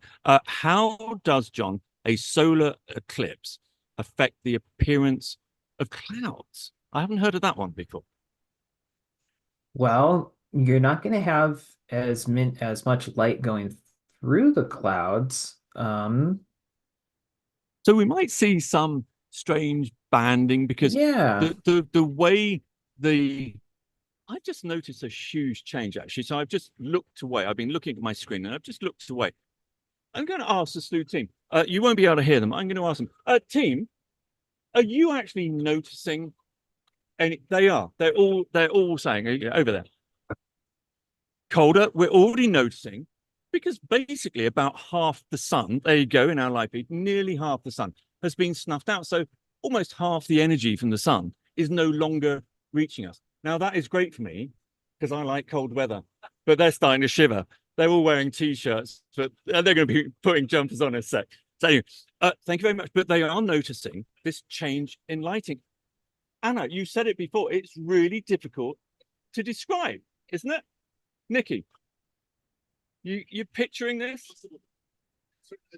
Deadening of color. Deadening of color, we're being told. So, John, everything that you've been describing is actually, you're not just saying that, are you? You can actually feel it. No, they can feel it. It's weird though, isn't it? Oh, Max is getting cold. Max is getting cold. But what we got? Oh, brilliant. I am just being handed some timings of, I think the best way of explaining these timings to me is if it comes up on the screen, punch my arm very hard. Yeah, like you did. Yeah. So anyway, John, we were talking about clouds and the effects of eclipse on clouds. I haven't heard of anything specific on that. Other than we might see some of this kind of strange banding that we get at ground level. But one of the things that I mentioned earlier is when you do have a little bit of cloud cover, I don't know if you can see, we do have a little bit of kind of hazy sky here. Actually, it would be interesting, won't it, to compare some of these kind of little webcam views with some of the earlier ones to see if any of you can actually spot some of the color changes. You will see that later. I can definitely see some changes in the shadows and everything else. It's just kind of, yeah, it's weird. So anyway, clouds we will see if you look to the west. So as the umbral shadow is approaching you, look to the west on the horizon because totality hasn't started yet and it is racing towards you. And if you've got some cloud cover, you can sometimes actually see that shadow approaching and this darkening coming in from the west. And then at the end of totality, that umbral shadow is racing away eastward. So look eastward and you might be able to see the same thing. Here we are. We're back at Junction, Texas, which is how far away are Junction, Texas? From us, From totality. starts at 1332, 132. So 32. So about 7 minutes, something like that. About 7 minutes. We are hopefully, have they got a bit of cloud, have they? they do. They've So been they've got a getting bit of some cloud, but- clouds rolling in. Yeah, cross fingers on that one. John, before we see that then, let's start talking about some totality phenomena. So diamond ring, what is that about? So when you look at these eclipse images, it looks like the sun is a perfect circle and or the disk is a perfect circle and looks like the moon's disk is a perfect circle, but it's not. The moon isn't a perfect sphere. There's mountains, there's valleys on the moon. And so the diamond ring, and it was so awesome when we saw that in the feed a moment ago, the diamond ring is the surface of the sun moving through the first valley and hitting us. And so if you think about it, it's almost like there's a little cut in the moon, and the light of the sun is just going through that one single valley, giving us this beautiful, massive diamond ring effect. And there's another one called Bailey's beads, which is basically light traveling through many of these valleys, and we should be able to see some of those as well as the moon gets closer and closer to its maximum. Okay, John, I was a little bit distracted there. So you've just covered diamond ring or Bailey's beads. Both of them. Both of them. Thank you very much. So, and it is the diamond ring we see first and then Bailey's beads. Is that correct? Mm-hmm. So what happens after that? I mean, we've had a spoiler because we've just seen it in Mexico. We've just seen totality in Mexico. But what happens after that? So after that, then we should be able to see part of the chromosphere. And depending on if where the moon is at, moon may actually cover the chromosphere as well. But we'll definitely be able to see the corona. The corona will make itself known right after the disk of the moon completely covers the sun.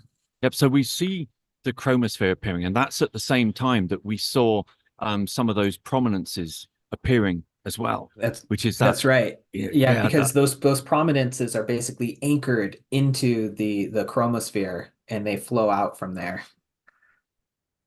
So, John, corona, you did tell us about that, but can you do a little bit of a recap? Because this is really about what we're going to anticipate in not long, actually, in the Junction, Texas. They have got a bit of cloud there. So, my goodness, I hope the cloud clears for them because honestly, they've had a clear view so far during the partial phase. But the clouds, this is about the worst thing that can happen during an eclipse, and that's what's happening in Junction, Texas. They've had clear skies. It's in 4 minutes' time. They've had clear skies during the partial phases, but now the clouds rolled in just when they're expecting 4 minutes away from totality. So let's cross fingers for them that they're going to see it. But the corona then, John, that's, we're kind of anticipating what's about to happen there. But this is, we can see the corona with our space solar telescopes, but it was only during solar eclipses that astronomers before space telescopes could actually see the corona. It was the only opportunity they got to see it and study it, wasn't it? That's right. And in fact, the element helium was first discovered in the corona, and it actually was discovered on the sun before it was discovered here on Earth. And so people thought that that element only existed on the sun, and that's actually where helium got its name from, after the Greek god Helios of the sun. Um, and yeah, another puzzling thing about the corona is it's extremely hot, hotter than we would expect. And so that's still kind of a puzzle for solar astronomers to figure out. Like I mentioned, it's literally 100 million times less dense than the sun's surface. So because there's not as much elements there giving off light, we typically aren't able to see it from Earth, unless we can block out the disk of the sun. So this is the perfect time to see it. Hey, John, if I go slightly quiet at any point, it's because we're kind of discussing what's going on here and making sure that we all know exactly what's going to happen and when. And, we're covering all of these feeds of this path of totality as it whizzes across the country. And we're looking. So this is, they've had it. Mexico have had it. That's it. They're back in a partial. They've had their totality. It looks like Texas is unfortunately clouded out. Do we know what's happening for Nick Rotundo, Dallas member? Oh, he's flipping. Okay, so he's going to be waiting. When's that happen for him? Do we know when his totality is going to be? Okay, they're going to look it up. They're going to look it up. You can see what we've got. I just want to make sure. Todd, is our feed nicely up to date? It looks like it's progressing well, because I reckon that's about just beyond half the sun covered now. And I can feel a noticeable drop in temperature. You've got people kind of milling around and they're kind of thinking, stuff's going on now. I call it 2/3 at 2/3 covered. it's Todd is amazing. reckoning. Took a look. So we've got Dallas is coming up at 41 minutes. So we may have that coming on. That's going to be quite exciting. 41 minutes. And that's going to be Nick Rotundo, that's Slooh member in Dallas. Oh, 24 minutes away, I'm being told we are. My goodness, that suddenly has crept up on us quite fast.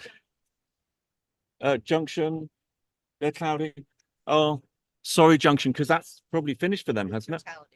It is totality right now. Can we flick to the Junction feed? Because unfortunately, we're going to rub it in. Now, if you didn't join us at the beginning of the show, you'll know that this wonderful team of people that I've got by the side of me, we left our location in Austin, Texas, just south of Austin, Texas, because the weather forecast was so appalling. And the Slooh Mobile Observatory had got here and were holding fire until we had, there's the clouds just passing, but it's right in totality. And the clouds have just snuffed it out again. That is probably one of the most unfortunate things I've ever seen for any eclipse. They've had clear skies all that time. Let's not preempt, but things are looking okay. There's a bit of haze, but we've got the cloud that unfortunately they've got down in Texas. But anyway, we drove, I don't know, I think it was 780 miles or something, 17 hours in the van. That was a fun journey. Actually, we did have fun. Did we have fun? We kind of had fun. We were utterly exhausted last night. We got drone footage coming up here. Max is doing a bit of drone footage for us. Anyway, really, I'm so sorry for the folks who are down in Junction who weren't as fortunate as us and could jump in a van and come up here to see this. But anyway, we are back to our live feed there. So Todd's going to give me a countdown kind of every 5 minutes, I think. That would be good for when we're expecting that. Check the, make sure just 5 minutes before totality, maybe check the telescope again, make sure the feeds are running properly. That would be really cool. I can now notice even more of a difference. So I'm going to turn this around. Now, I know this is, actually, can we go to my webcam full screen? Yeah. Which is just turning off the share screen. Yeah. So I just, right, here we go. Oh, that's better. Look at that. Oh, this is good. This is good, isn't it? Oh, we like that. We like that. That guy doesn't even know he's a star. He's got hundreds of thousands of people watching. That's pretty cool. But hopefully, I don't know. There's a crispness, but the grass looks like a weird color. It doesn't really come over in the webcam. This is the problem, trying to kind of convey this unless you experience it yourself. But look, those shadows down there are definitely a lot sharper than they were. And there's this strange kind of shine. Like, it's so difficult to explain this in words, because it's the only time that you ever see stuff like this. Hey, can we go back to a feed? I don't want me full screen. The viewers don't want me full screen. Yeah, Max is shaking his head in agreement. Viewers don't want full screen. There we go. We'll go back to the feed. Are we back? Oh, okay. John, come back to me, because we've got something quite special here, and I've already been telling quite a few people about this. It's pretty cool at the moment. When people are using Slooh's telescopes, they often look at the planets and stuff like that. But actually, there are no planets visible through the nighttime telescopes at the moment. But that's because they're all too close to. If that's recentered a bit, it might change the exposure a bit. Sorry, I was just chatting here. So John, we are going to be able to. It's going to turn nighttime during totality here. Anybody who can witness totality today, they're going to be able to see a whole bunch of other celestial objects, aren't they? They are. You're in for such an amazing treat. To be able to see into the night sky during the day is amazing. And Paul, you mentioned some of these awesome things, so I'm going to go over them again. So you're going to be able to see Yes, please. Jupiter, the biggest planet in the solar system. That's going to be, if you're looking at the eclipse, it's going to be on the left side of the eclipse. Above that, there is going to be, you may be able to see a faint little smudge. That's going to be the comet 12P Pons Brooks. If you look to the upper left of Jupiter, you may be able to see a little bundle of stars. That's the Pleiades star cluster. But on the other side of the eclipse, on the right side, you'll be able to see Venus shining incredibly brightly. And if you draw a line between Jupiter, the sun, and Venus, and keep going in that direction, you may be able to see Saturn and Mars. They're going to be very close to one another, maybe about like 2 fingers worth if you hold them out in the sky. They'll be separated from each other. Mercury is kind of hard to see in the night sky, but it is going to be visible on the top left of the eclipse. What's really cool about that is, for a long time, up until the mid 1800s, we thought that Saturn was the furthest planet out there. So all of the classical planets are in the sky right now, and you'll be able to see them during totality. So Which is really cool. Saturn and Mars, which are going to be kind of lower down to the right-hand side. I've been telling people here, I'm an old guy. I got old eyes. I don't see as well as I used to. Chances are I'm not going to be able to see, certainly Mars, I would think, might be able to see Saturn. But young eyes, they will easily see that if they know where to look. And of course, all of these planets and the sun and the moon form a line, don't they, John? So, you really, if you can find Jupiter, if you can find Venus on either side of the sun, just join a line between them, extend that, and you should be able to then see the other planets that we're talking about as well. Yeah, it's a beautiful thing. It's a ramification of the fact that all of the planets in the solar system are leftover remnants from the sun forming. When the sun formed, there was a debris disk around it, and that debris disk coalesced into the planets. There's more steps in that journey, but more or less that's what happened. And so this is why we have that in the sky. It's called the ecliptic line. It's the path that the sun moves along. What's even more cool about this is total solar eclipses are the only time, like I said, that we can see stars during the day. And there was a really famous one that happened in the early 1900s where astronomers were trying to.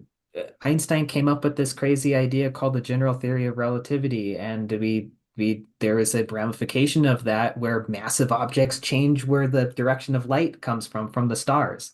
And so during a total solar eclipse, astronomers measured the positions of the stars near the corona, and they were able to verify that the sun's mass was acting like a lens and changing the direction that the light from those stars were coming towards us, thereby confirming Einstein's theory of relativity.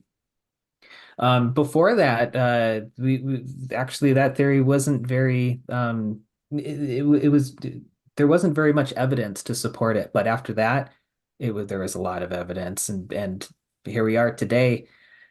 Um, Man, this is beautiful, beautiful. Look at that. Make sure that everybody that you are snapping images from the live feed, because if you're just now tuning in, we have a special moments quest for the 2024 total solar eclipse, and you'll be able to make a infographic poster with your images from the feed here. So make sure that you're snapping images all throughout the entire duration of the eclipse. So Sorry, John. yes. We're just trying to sort out a few guests and stuff like that here. So we're going to get them coming in later, but I do just want a little bit of a It's getting real countdown dark here. at the moment. Todd, what are we on? Todd? Y'all want to We switch? are on 15 minutes. 15 minutes away from totality here, John. So we can see some lights Ooh. changing. I'm going to take one Ooh, last we're opportunity. about to have a totality happen in Guys, can we switch? Dallas. In where? In Dallas. So, Yes. oh no, it's cloudy though. No, look at this. So this is Nick Rotundo, Slooh member in Dallas. Once again, he's the same as Texas Junction, where he's had a clear view. And right now, when it should be totality, Oh, he's look no, at look at that. this. Wow, that Wow. is very cool. Nice one, Nick. He The- never lets us down. Nick Rotundo. There are more prominences. Wow, there are. So I can certainly see the two that we saw before. Now, the orientation in the different feeds can be slightly different. So, but I think that's probably upside down in comparison to the last feed that we saw. But we can definitely see three prominences there. And that's very indicative, actually, of what people may see if they're looking at totality. And don't forget, during totality, that's the only time where you can take your eclipse glasses off. And it will be very obvious because the sky goes black and everything else that John's been talking about is going to happen. But look at this, John. This is fabulous. We can start seeing the corona that you were talking about here. Mm-hmm. It almost looks like there's another prominence on the other side. You're right. And this maybe is gradually they appear and disappear as the moon is covering slightly different areas of the moon. Oh, he's adjusting. Right. So Nick is now adjusting to maybe see the corona. So we may see some funny stuff like this in a lot of the feeds when the cameras kind of have to adjust and stuff like that. Oh, what have we got here? Okay. John, you carry on talking about the corona because he has done exactly what I said he was going to do. Look how far the corona is stretching in that image. Now, he's done that so that we can see the outer extreme of the corona. And it's a solar distance away, another solar diameter reaching out into space. Tell us about that, John, because we're going to sort out a couple of timings here. Thank you.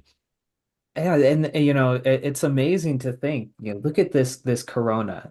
This is always there. This isn't something that we can only see it during a total solar eclipse, but that corona is always surrounding the sun, and it's amazing to see how it's changing and evolving.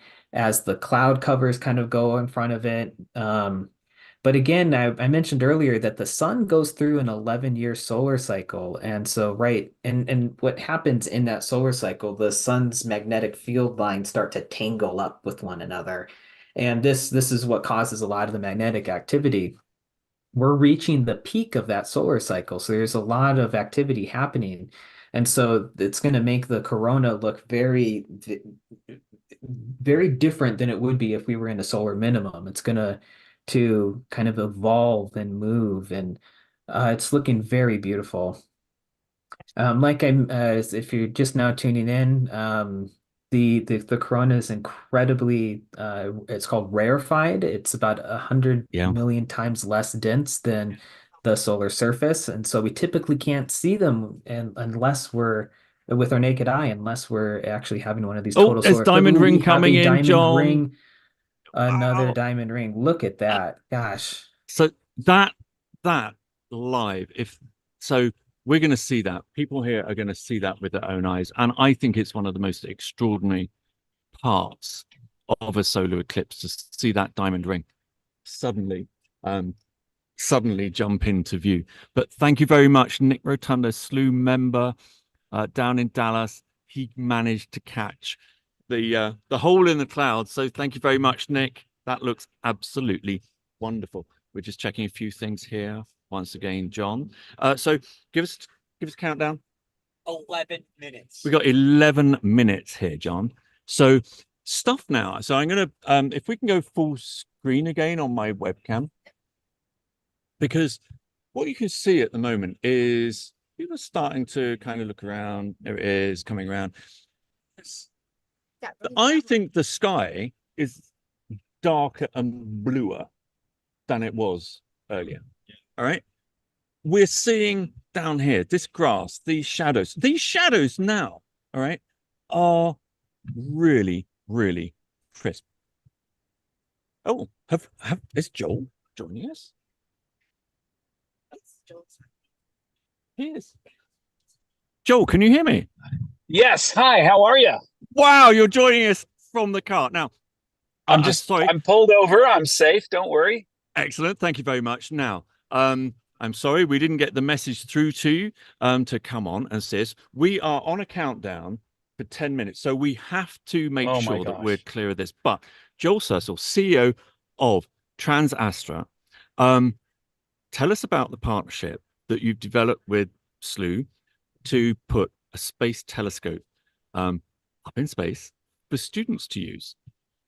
Well, this is very exciting. TransAstra is well known as sort of the most innovative and advanced company working on the technology and systems for mining asteroids. And it's going to be a while until we can mine asteroids, but what we're doing right now is we're developing all the different technical capabilities that you need to mine asteroids and building businesses around those capabilities.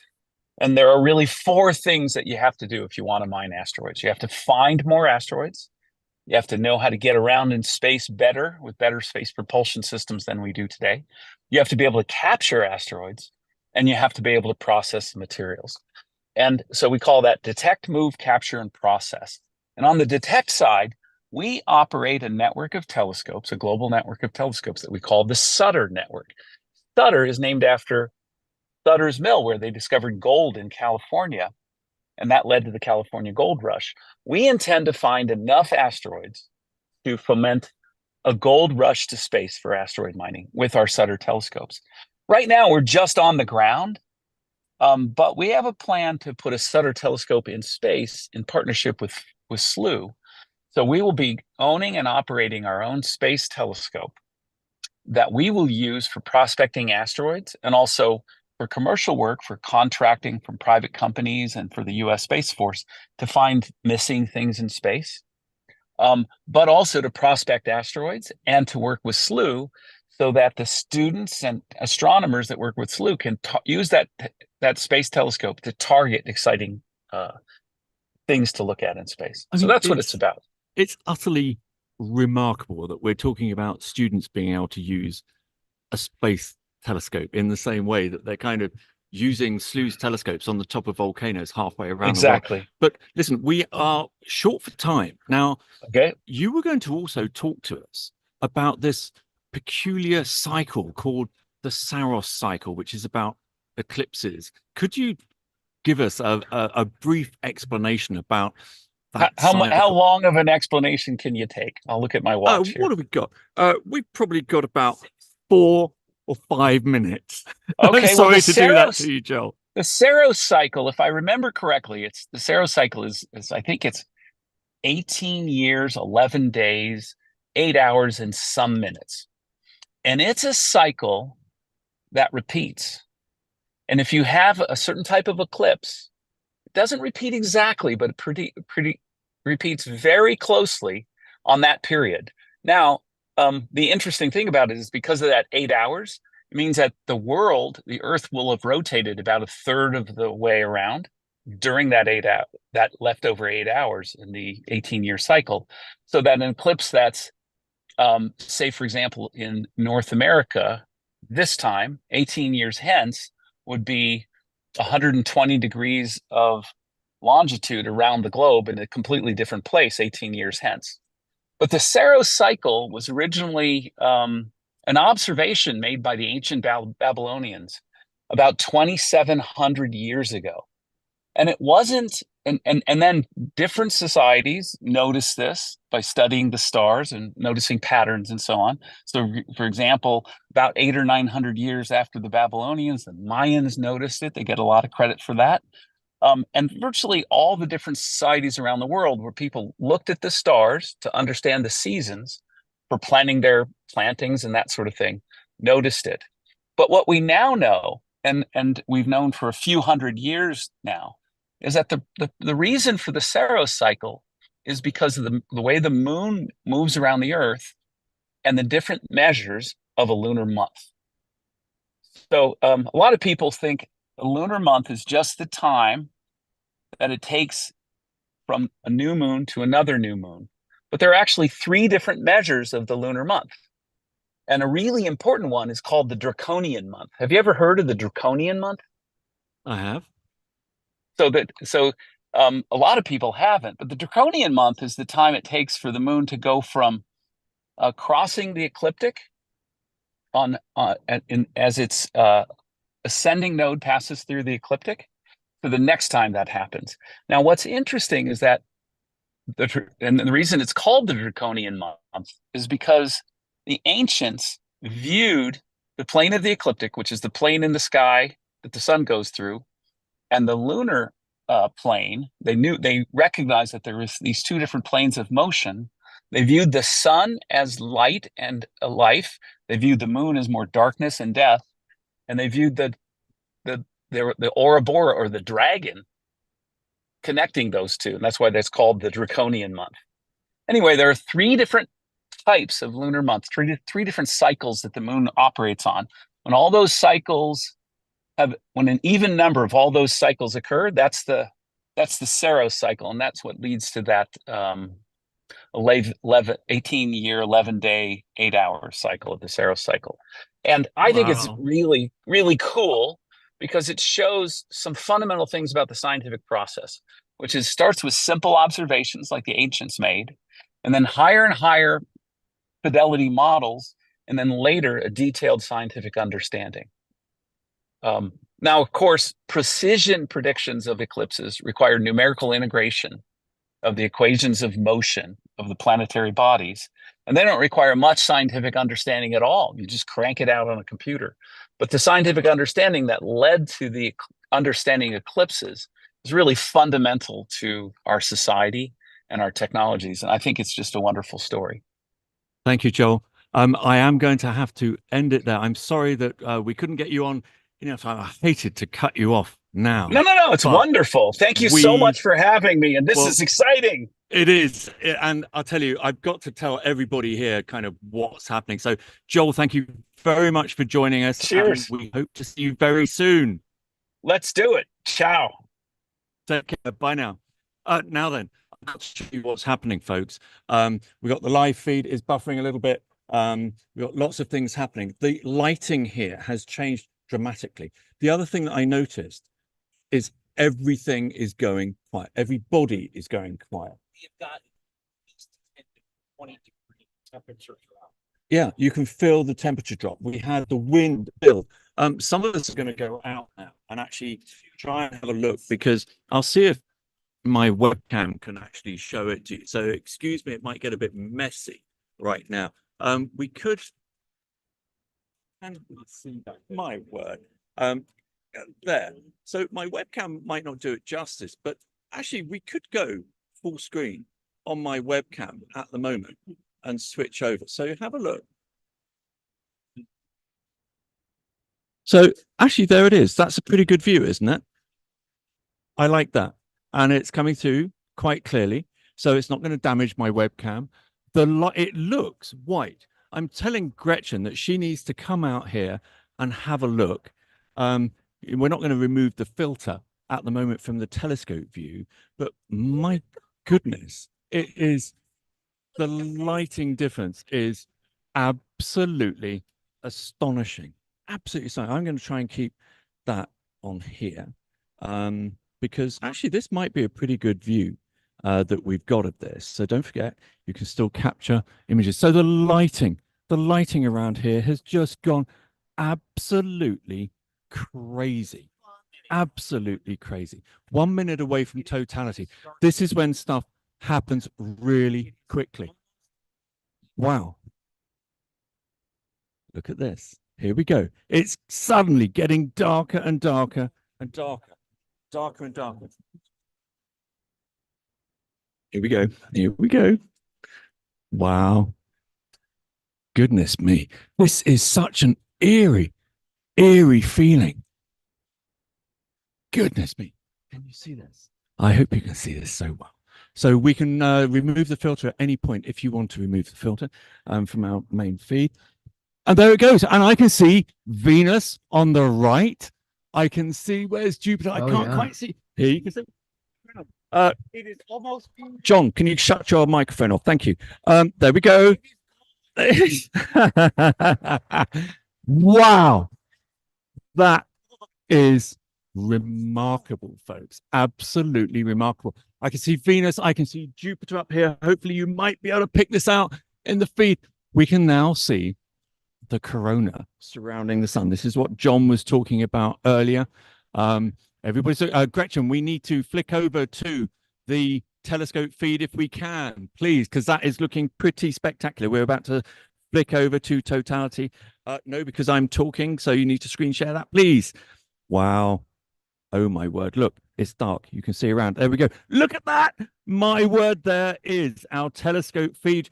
Folks, you can come back out again if you really want to have a look at that. But that, Gretchen, well done. That is an astonishing look at the corona. There it is. Wow. Look at that. And we can just see those prominences that we were seeing in other fields. We can also see actually in our feed here that we didn't see in the other feeds. You can get these kind of holes, these gaps in the corona. That is so cool. Gretchen, make sure you come back out to have a look at some of this stuff. So we can definitely see Venus to the right. You can't see it in the live feed because it's too far away. But if you are lucky enough to experience totality, hey, have a look around the horizon. Have a look around the horizon because it's sunset all the way around.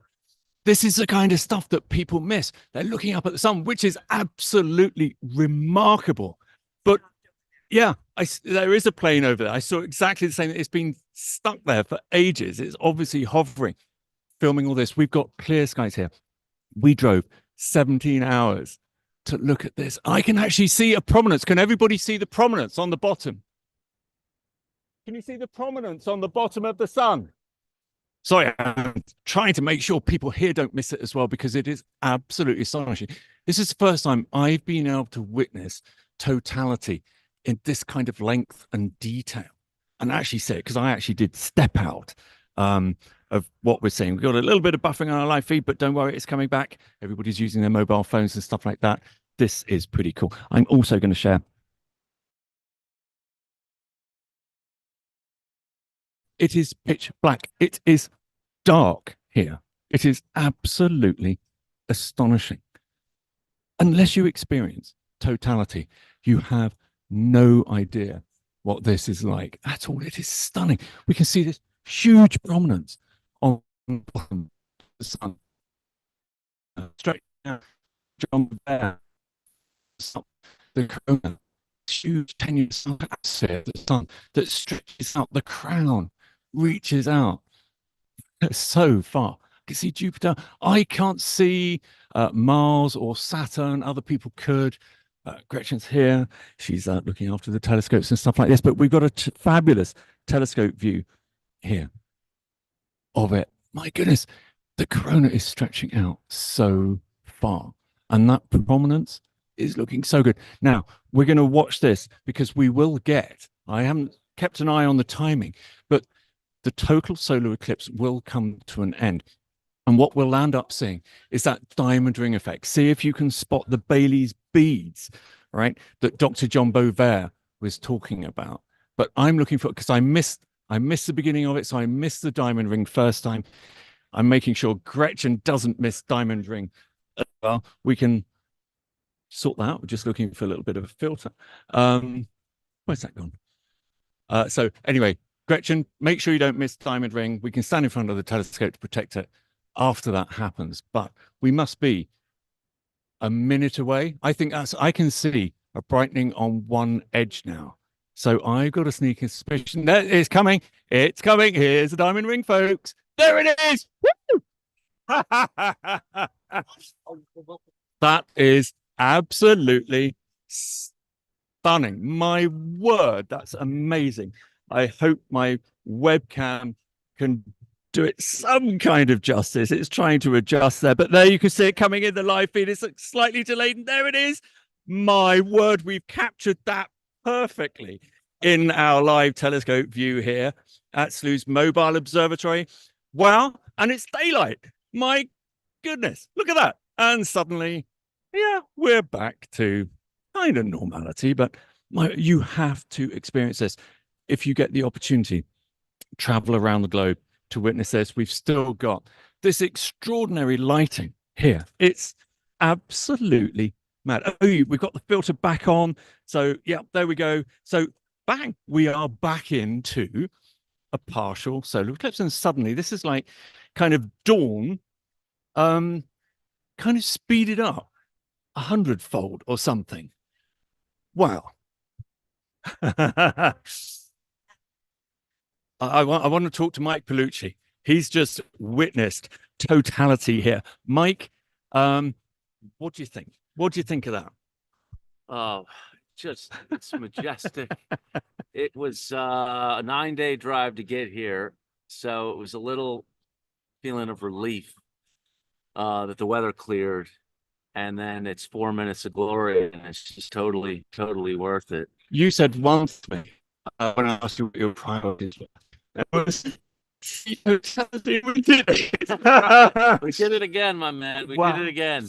Extraordinary. 7 years from the last time we did it. I know, and we drove halfway across the country back then as well, but we didn't see it as well. I didn't. I was stuck behind the screen. Yeah, that was extraordinary. yeah, exquisite. It was just magical. The whole day, the whole feeling, the fact that we rolled into this town, basically on 2 days' notice. They welcomed us with open arms. Remind us and viewers who allowed us to do all of this here. Yeah, so we were on our way to the LBJ Ranch in Texas, but the weather looked kind of spotty in Memphis, and so we decided to hunker down there for a few days and eat some ribs and see what would happen. And I made a phone call on the road, looking at the weather, found a high pressure system that looked like it was going to be floating around in this part of town. Saw Poplar Bluff on the map. Looked up their website, found the head of the Parks and Rec department, called up Lanny. Lanny was like, "Well, we would love to have you." Yeah, so Lanny is an awesome guy who's been hosting us in the parks here in our Airstream for the last couple of days. And then he turned us over to Brianna from the 4-H, who's in charge of this event. We've got it coming up. We've got an interview with her later, so she's going to tell us all about that. But then Commerce as well. Yes, they're sponsored the event. Look, they just put us right in front of the school and a little bit, and it's just incredible doing It this is. road trip with my daughter and her good friend Nikki. Yeah. I mean, we had an absolute ball on the road. So I it was, got to see that. And it looked like you had a little bit of a quiet space there. But did you notice everybody was going quiet? totally turned around off it? the music, generators went off. Yep. And you know, just like, yeah, the weather was the priority because we're going on this road trip. It felt authentic. We're just gonna go find it no matter what, even if we had to turn around and go back to Maine. But it just turned out to be right in front of us. And you know, the goodwill and the good spirits of the American people, they're always open-hearted, and it was just like the kindness of strangers on this road trip to go and do this and share this incredible moment, obviously with everybody else from outside of here. That's what Slooh's all about. Besides, too, these incredible moments that draw everybody in to look up and see what the majesty of the night sky looks like. We want everybody to do it every day, and we want people to be thinking this way. And it's you know, we live in a bubble of light pollution. We literally don't get to have this kind of thing ever. Maybe the effort is a little bit of a symbol the effort everybody should make to go find dark skies. Go to darkskies.org and find a dark sky park near you and go see the Milky Way with your own eyes. I mean, it's just incredible to be out in it.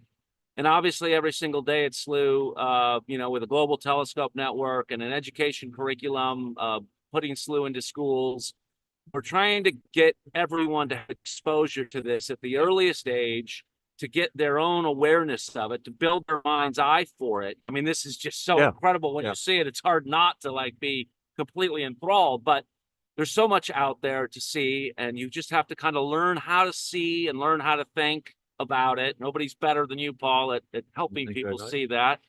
And we built all these incredible learning activities that just share the wonder of the night sky that we all feel with everybody. It's like step by step. How do you see things and kind of develop And this students are appreciation? making this kind of connection to space that we've all been able to witness here, but they do it every single night. Yeah. Your passion for Slooh and what we're trying to do, Mike, is brilliant.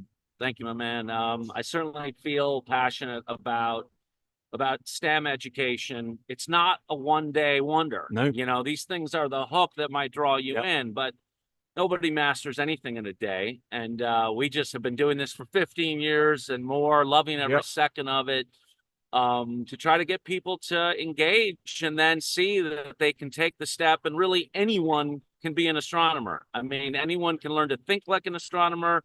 You don't have to be Albert Einstein to work in the space industry one day. And that's our mission. It's equity in education and just making sure everyone has access to that future that we all share together. And of course, our vision and our mission for this company is to connect humanity through communal exploration of the universe. Like, and we that's just what did it is. big time. That's We right. can't do it in a bigger way than that. That's right. Mike, Thanks, thank Paul. you, mate. Appreciate Take you. care. I want to speak to your daughter as well, so make sure you send her over at some point. Right. Thank you, folks. Wow. It's just such an incredible experience. Oh, all right. Okay. We've got a bit of a great question apparently from Max. Max, Hey, what do we got? This is my first Solar eclipse. first solar eclipse. And when I was looking at the moon with my naked eyes, Yeah. it looked like there was a line of sunlight that went across the moon, like it seemed like it must be an optical illusion. But do you know what that might be? I don't. It's probably an optical effect Right. through your eyes. Was that around diamond ring time? Maybe it's during totality. It was during Okay. totality. I mean, sometimes you can also get effects when you have been maybe taking your eclipse glasses off slightly too early. So yeah, you maybe kind of that was get it. something kind of not Yeah. burnt into your eye, but you just see that after effect Mhm. of the bright light. But what did you think? It was amazing. What did you think of the color of the sun? That's what struck me. It's such a pure light. It is. It's I mean, weird. The whole thing is you spend your entire life having the sun shine on you, and then only when it comes and goes in a couple of minutes I mean, it was just amazing. And it's really cool too that what I was experiencing might have been an optical effect, and just understanding the way that in the camera our view. eyes Yeah. our eyes can perceive things in different ways, different than they are. Yep. It was amazing, and I had a great time. Excellent. Yes. Cheers, Max. Take care. Thanks, Paul. Right. Oh, this is what I've been waiting for. I have been waiting to interview, if you remember earlier on in the show, we again. spoke to Anna Palucci. Remind us what you do. I can't even speak. I'm at a Then loss don't for tell us words. about that. I'm Right. so blown away. That was We spoke to you about an hour ago. yes. What your Hello.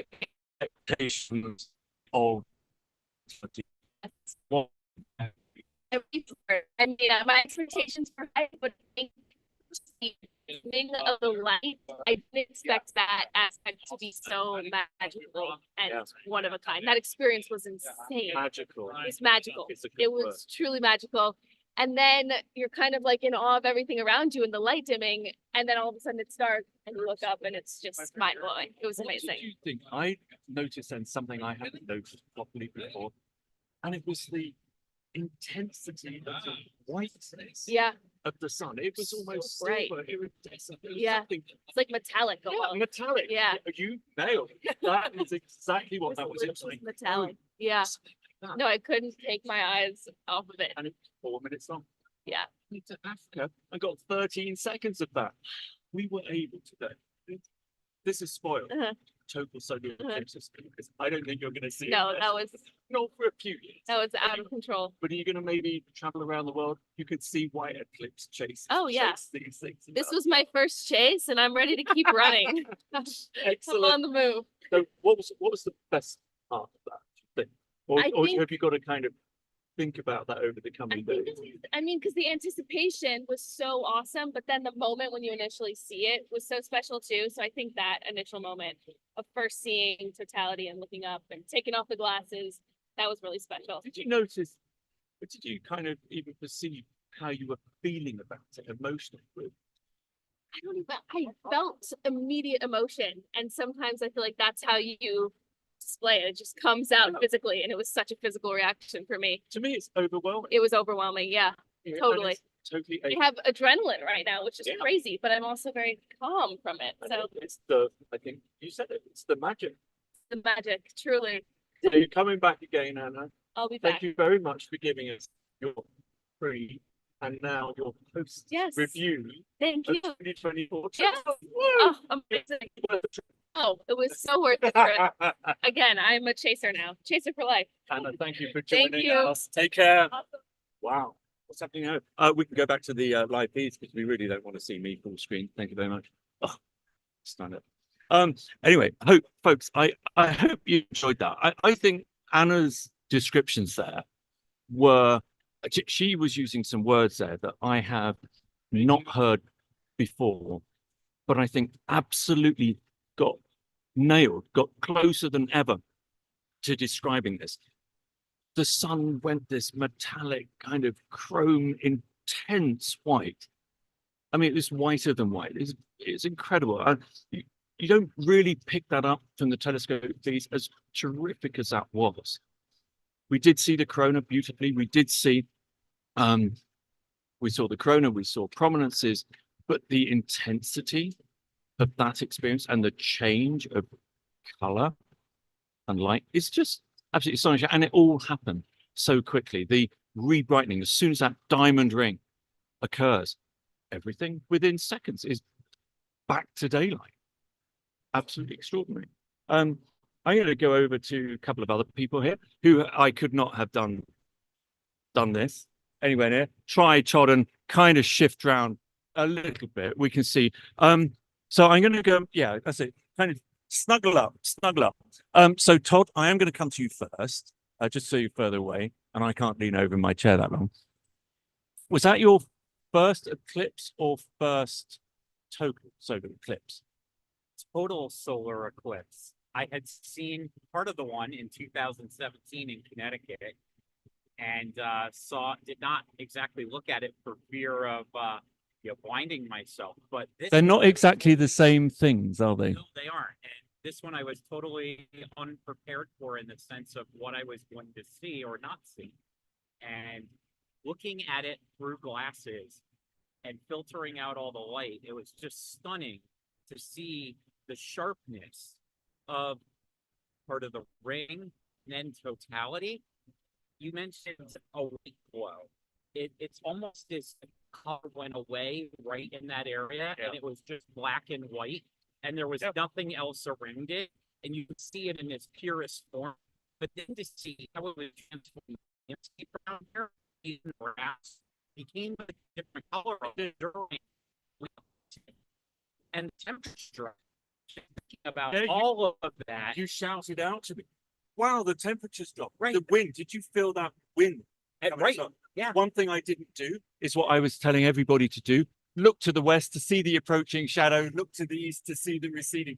I forgot to do that because I was so transfixed looking at And it's just, I'm still processing it. It's just so overwhelming in a good way. it is overwhelming in a good way. Was it worth the however many days it's taken to get here? Oh, absolutely. I couldn't have imagined those moments. I mean, you could have explained them to me afterwards, and that does not replace being here. Next time you'd sleep on a park bench to be able to experience it, wouldn't you? Probably, but would it be the most comfortable? Maybe not. Probably not. Right. Thank you very much, Todd. I'm glad you got to see that. We all kind of decamped from our chairs, got away from our screens, but we still had the lovely telescope feeds. Coming up, moving up closer to me here is Gretchen. Gretchen, what do you do at Slooh? I'm a Slooh events manager, so I help like get all these events together, and the feeds and our guests and all that great stuff. Very fortunate. So you were controlling the telescope. You were removing the filter Yeah. and doing a whole bunch of other stuff. Yeah. Yeah. But you managed to get out of it. I actually saw you controlling the telescope with one hand and you had a camera in the other hand. Yeah, I did. But did you actually get to look at it I with did. your eyes? I did. I did. In This fact, is I your- was telling Todd, he's like, can I take off my glasses? And I'm like, take them off. And it was, it was so hard to describe. It was nothing like I ever imagined. I've seen partials, right? So I'm like, what is happening? Seriously, I'm like sounding like a child because it's what it does to amazing. It was exactly what black it does to- and white, almost metal. It was, and then that diamond ring, I think I screamed. Did you see the first diamond ring at the beginning? Because I missed that bit. I don't think I did completely, But you saw the end one. the end one was just like a diamond ring. It was. It was like, and you're like, Yep. right. But then it was like, oh, so it was very fast. What else did you see? So the corona and the light that sort of filtered out was just very soft and smooth. The darkness of the moon. So you could see the moon and the sun in this perfect dance of it was just so beautiful, right? Because these two objects you just do not get to see having this beautiful dance, really what it was. Yeah. So it was very special. It was very cosmic, and I'm kind of into like the woo. I like science plus woo, right? And so the spirituality of it, just this joining just felt really amazing. And all of these people who came together and hushed to experience this perfect, it was a perfect moment in time. It went quiet 5 minutes before. Yeah, I read. exactly. It was Totally like, quiet. It was Yeah. extraordinary. Everybody was just transfixed by it. So you've done this, you've seen totality, so you're not going to do it again. Then, presumably, once you've done it. I'm gonna Once do you've it seen tomorrow. Okay, let's come back tomorrow. Is that okay? We'll come back tomorrow and we'll do it all again. Yeah, So definitely worth it.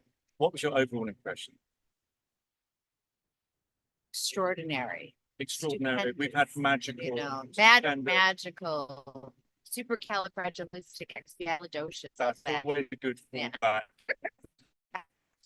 Thank you so much No, thank for you. all of the work that you've done. Thank you very much, Todd, for all the work you've done, and for the whole mobile Slooh crew who have put all of this on. I tell you, this doesn't happen overnight. It takes an extraordinary amount of work. I cannot believe that the telescope was staying up throughout, and we got to see the diamond ring. That was pretty cool. I hope maybe students in the webinar can tell us if they managed to capture images of the diamond ring and maybe totality for their quest posters. Dr. John Bovair, are you there? Tell us about those. Tell us about what you thought of totality. It was beautiful from what we've been able to see remotely. The feeds were we could see perfect view of the corona. We were able to see the diamond ring coming in through the feeds. I made sure to snap an image for my poster, so I hope everybody else tuning in was able to as well. Absolutely gorgeous. It was amazing. You capture an image of totality for your poster. Did you manage to get diamond ring? I did, yes. Yes, I did. Oh wow. I am so looking forward. So I don't know which one I like more. Okay, John, I said a short while ago that anybody who's puts together their quest poster should share it as an observation. We're all into sharing your work at Slooh, aren't we? So what are observations at Slooh? So observations are images that captured images or posters that students share with each other on the platform. And what's really cool is other students can see all of the observations, and if they like one of the observations, they can click the like button. They can comment on them as well. And what's really cool is certain observations that reach a certain number of likes, they get promoted to being a featured observation where you could go in and see all the featured observations. What I love most about these observations is a lot of times the students actually put what they did to the images, what's going on in the image, what makes the moment unique or special.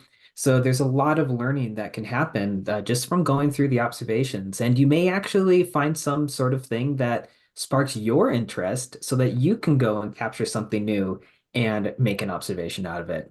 It's really fun. I know. Sometimes that's one of my things. Sometimes that's all I do is just look through the observations. I mean, this is amazing.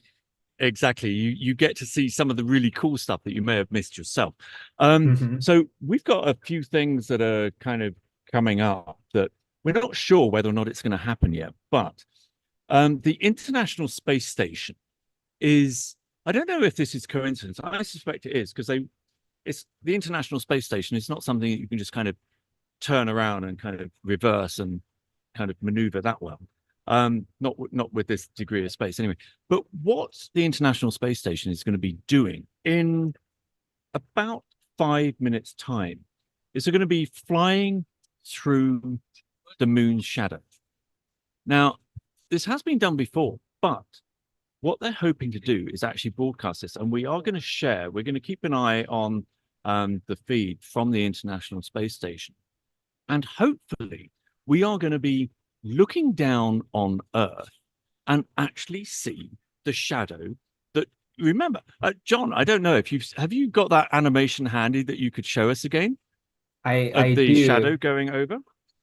I do. Give me 1.5 seconds. I will get that up. Here it is. So this shadow here is what we're going to be seeing live from the International Space Station. That's going to be really awesome. So just a reminder, if you're inside where this little dot passed, this is the path of totality. That's the umbral shadow. You can only see totality when you're in that small little black circle. And that's where the Slooh team is at right now in Poplar Bluff, Missouri. So this is what the International Space Station is going to be trying to capture. I think it's going to be awesome. fascinating. So they're not going to kind of, it obviously won't be moving that fast, but I'm hoping that Right, yeah. so the space station will be traveling because it obviously orbits Earth at a very high speed. So I am hoping that they are going to be able to capture that shadow going across the sea, the land, but especially the clouds. That's when it really, really shows up, the top of the clouds, of course, looking down. So that is going to be rather cool. Now, I'm just going to check in with the team here, John, because I think we should probably talk a little bit about how classrooms and educators use Slooh. I think that would be a really good time to talk about that. We're still going to keep an eye on, a couple of the other feeds. So I'm going to wait to be tapped on the shoulder for anything else exciting, or the International Space Station comes up. But John, so we've got a lot of new viewers here tonight, today. Some will be teachers who are not yet using Slooh. We know that we've had loads of teachers who are using Slooh and whole classes watching our live feeds today. If we've got educators who aren't using Slooh, if we've got parents who know their kids aren't using Slooh at school, how do educators and schools use Slooh to teach astronomy in their classrooms? I did mention a little earlier that we have Quest learning activities, and these are the main things that you're going to be having your students interact with Slooh. And so what we have is we have learning progressions, and these are specially curated sets of quests that are aligned to the standard curricula, the ones that the curricula that you're supposed to be teaching in your classrooms. And we've put them in a special order too, so that you can run through them in a way that teaches your students the basics of learning Slooh and then progresses forth in their journey of astronomy. And with these, we have many kinds of these learning progressions. Currently, we have a fourth and fifth grade learning progression, middle school science, high school physics, high school astronomy, and college astronomy learning progressions. And like I said, with these learning progressions, all educators, even educators that are at the beginning of their astronomy journeys, can confidently assign these Quest learning activities to your students.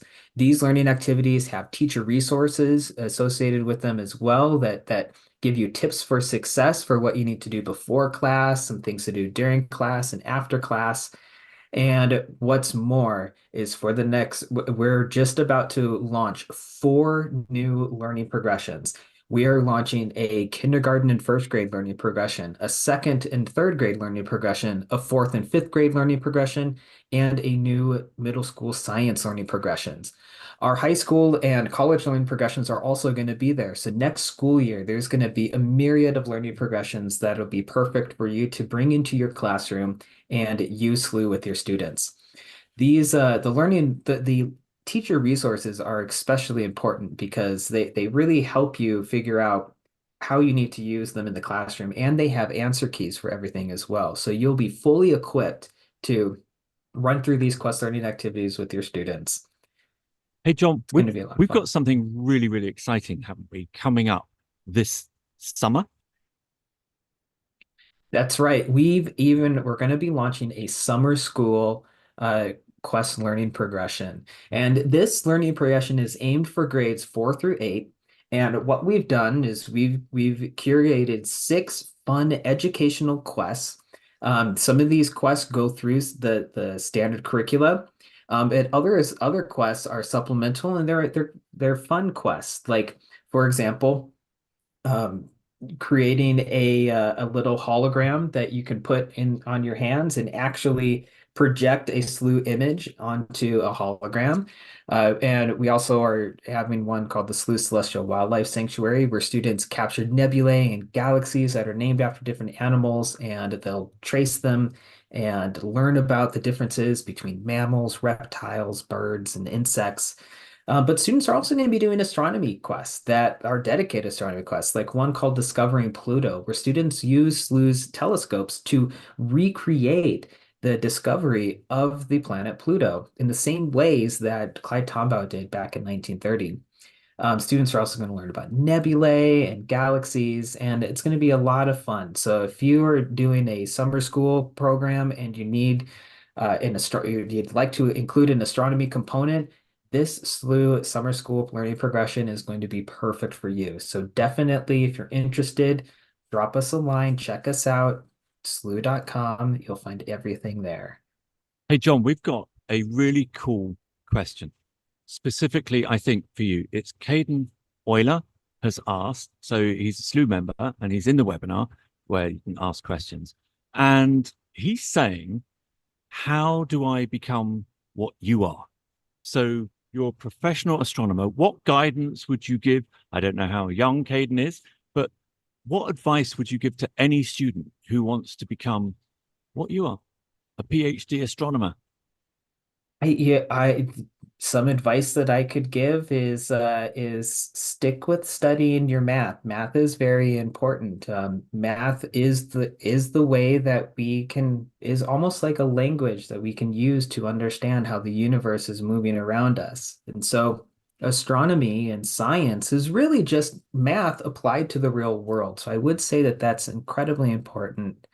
The way that I got to astronomy, went my college, undergrad, and even my master's degree actually was in physics. It wasn't in astronomy. And so, beautiful thing that you'll learn when you start going through Slooh is that astronomy really touches all of the different branches of science. And I kind of view astronomy as physics in the most awesome environments of the universe, the hottest things, the stars and the biggest explosions, gamma ray bursts. You know, we can learn the physics behind them on regular explosions, but when we look at the galaxy and the rest of the universe, we can see more beautiful things. So I recommend sticking with your math courses, paying attention in your science courses are also really important.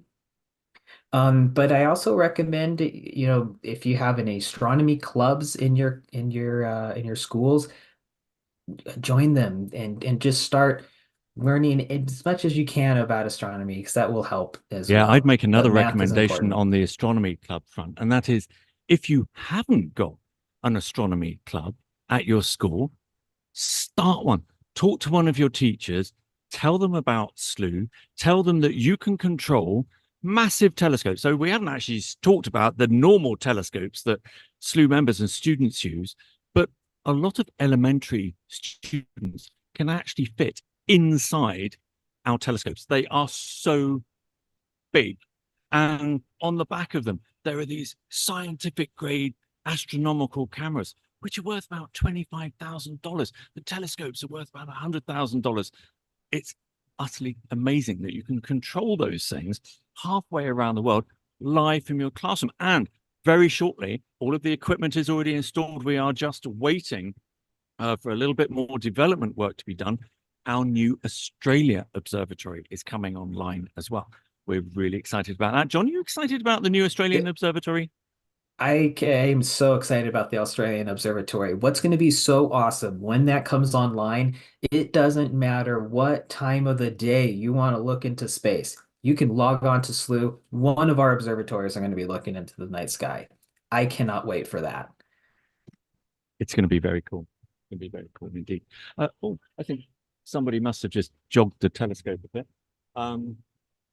We lost our telescope viewing and looking. And what's really fun about the Jogged a bit. Australian Observatory is it's about the similar latitudes as our Chile Observatory. So that kind of opens the opportunity for doing some fun measurements across observatories using, imagine being able to control a telescope in one part of the Earth and then the other part of the Earth as well. And I mean, heck, you can schedule up to 5 concurrent missions with your accounts. And so you can schedule a mission across all 3 observatories. Like, wow, massive planetary network of telescopes you can be controlling with your students.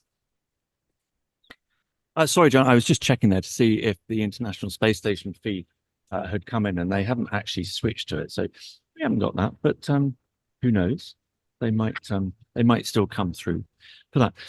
John, are you going to be joining us again? Or have we done with you? Because I know you're on a tight schedule today. You've got to get off. I do. I am going to have to log off, but I'm still going to be tuning into the live feeds and continuing to snap images. So make sure everybody keep snapping those images for your poster. It's super important. The more that you get, you're going to get a beautiful poster at the end. I know. I'm really looking forward to this because this year, the poster, students can personalize it to such a high degree. So this poster, if you've just joined us, if you're a bit late to the party today, all right, Slooh's Quest learning activities students use to learn astronomy using our live telescopes. Today's a bit of a one-off. So this is a special Quest learning activity where they've been able to capture images from our live feed here in Poplar, Bluff in Missouri. We decamped from Texas yesterday. We've had this fabulous place to work from. There's our telescope down there that's been running. You can see everybody here, kind of people still milling around, Slooh team still working hard, trying to get guests on and stuff like this. I think it's probably, it must be getting close to having something to eat, surely. I think we've got about another hour to go yet, but people are packing up and some people are milling around. But you can still see, the partial phase if you're using your Eclipse glasses. Right. Oh.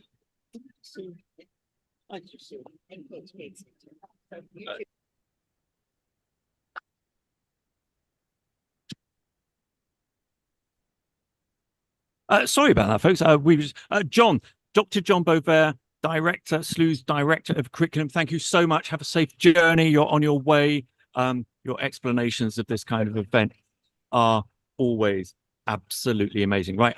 We don't go anywhere because we've got our next guest coming up very shortly. Hold on 1 second.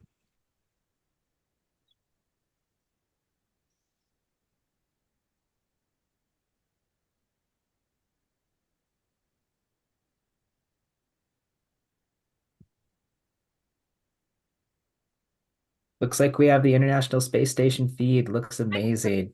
Thank you Yeah, all. John, we were just hold on 1 sec, John. We've just picked that up here. So thank you very much.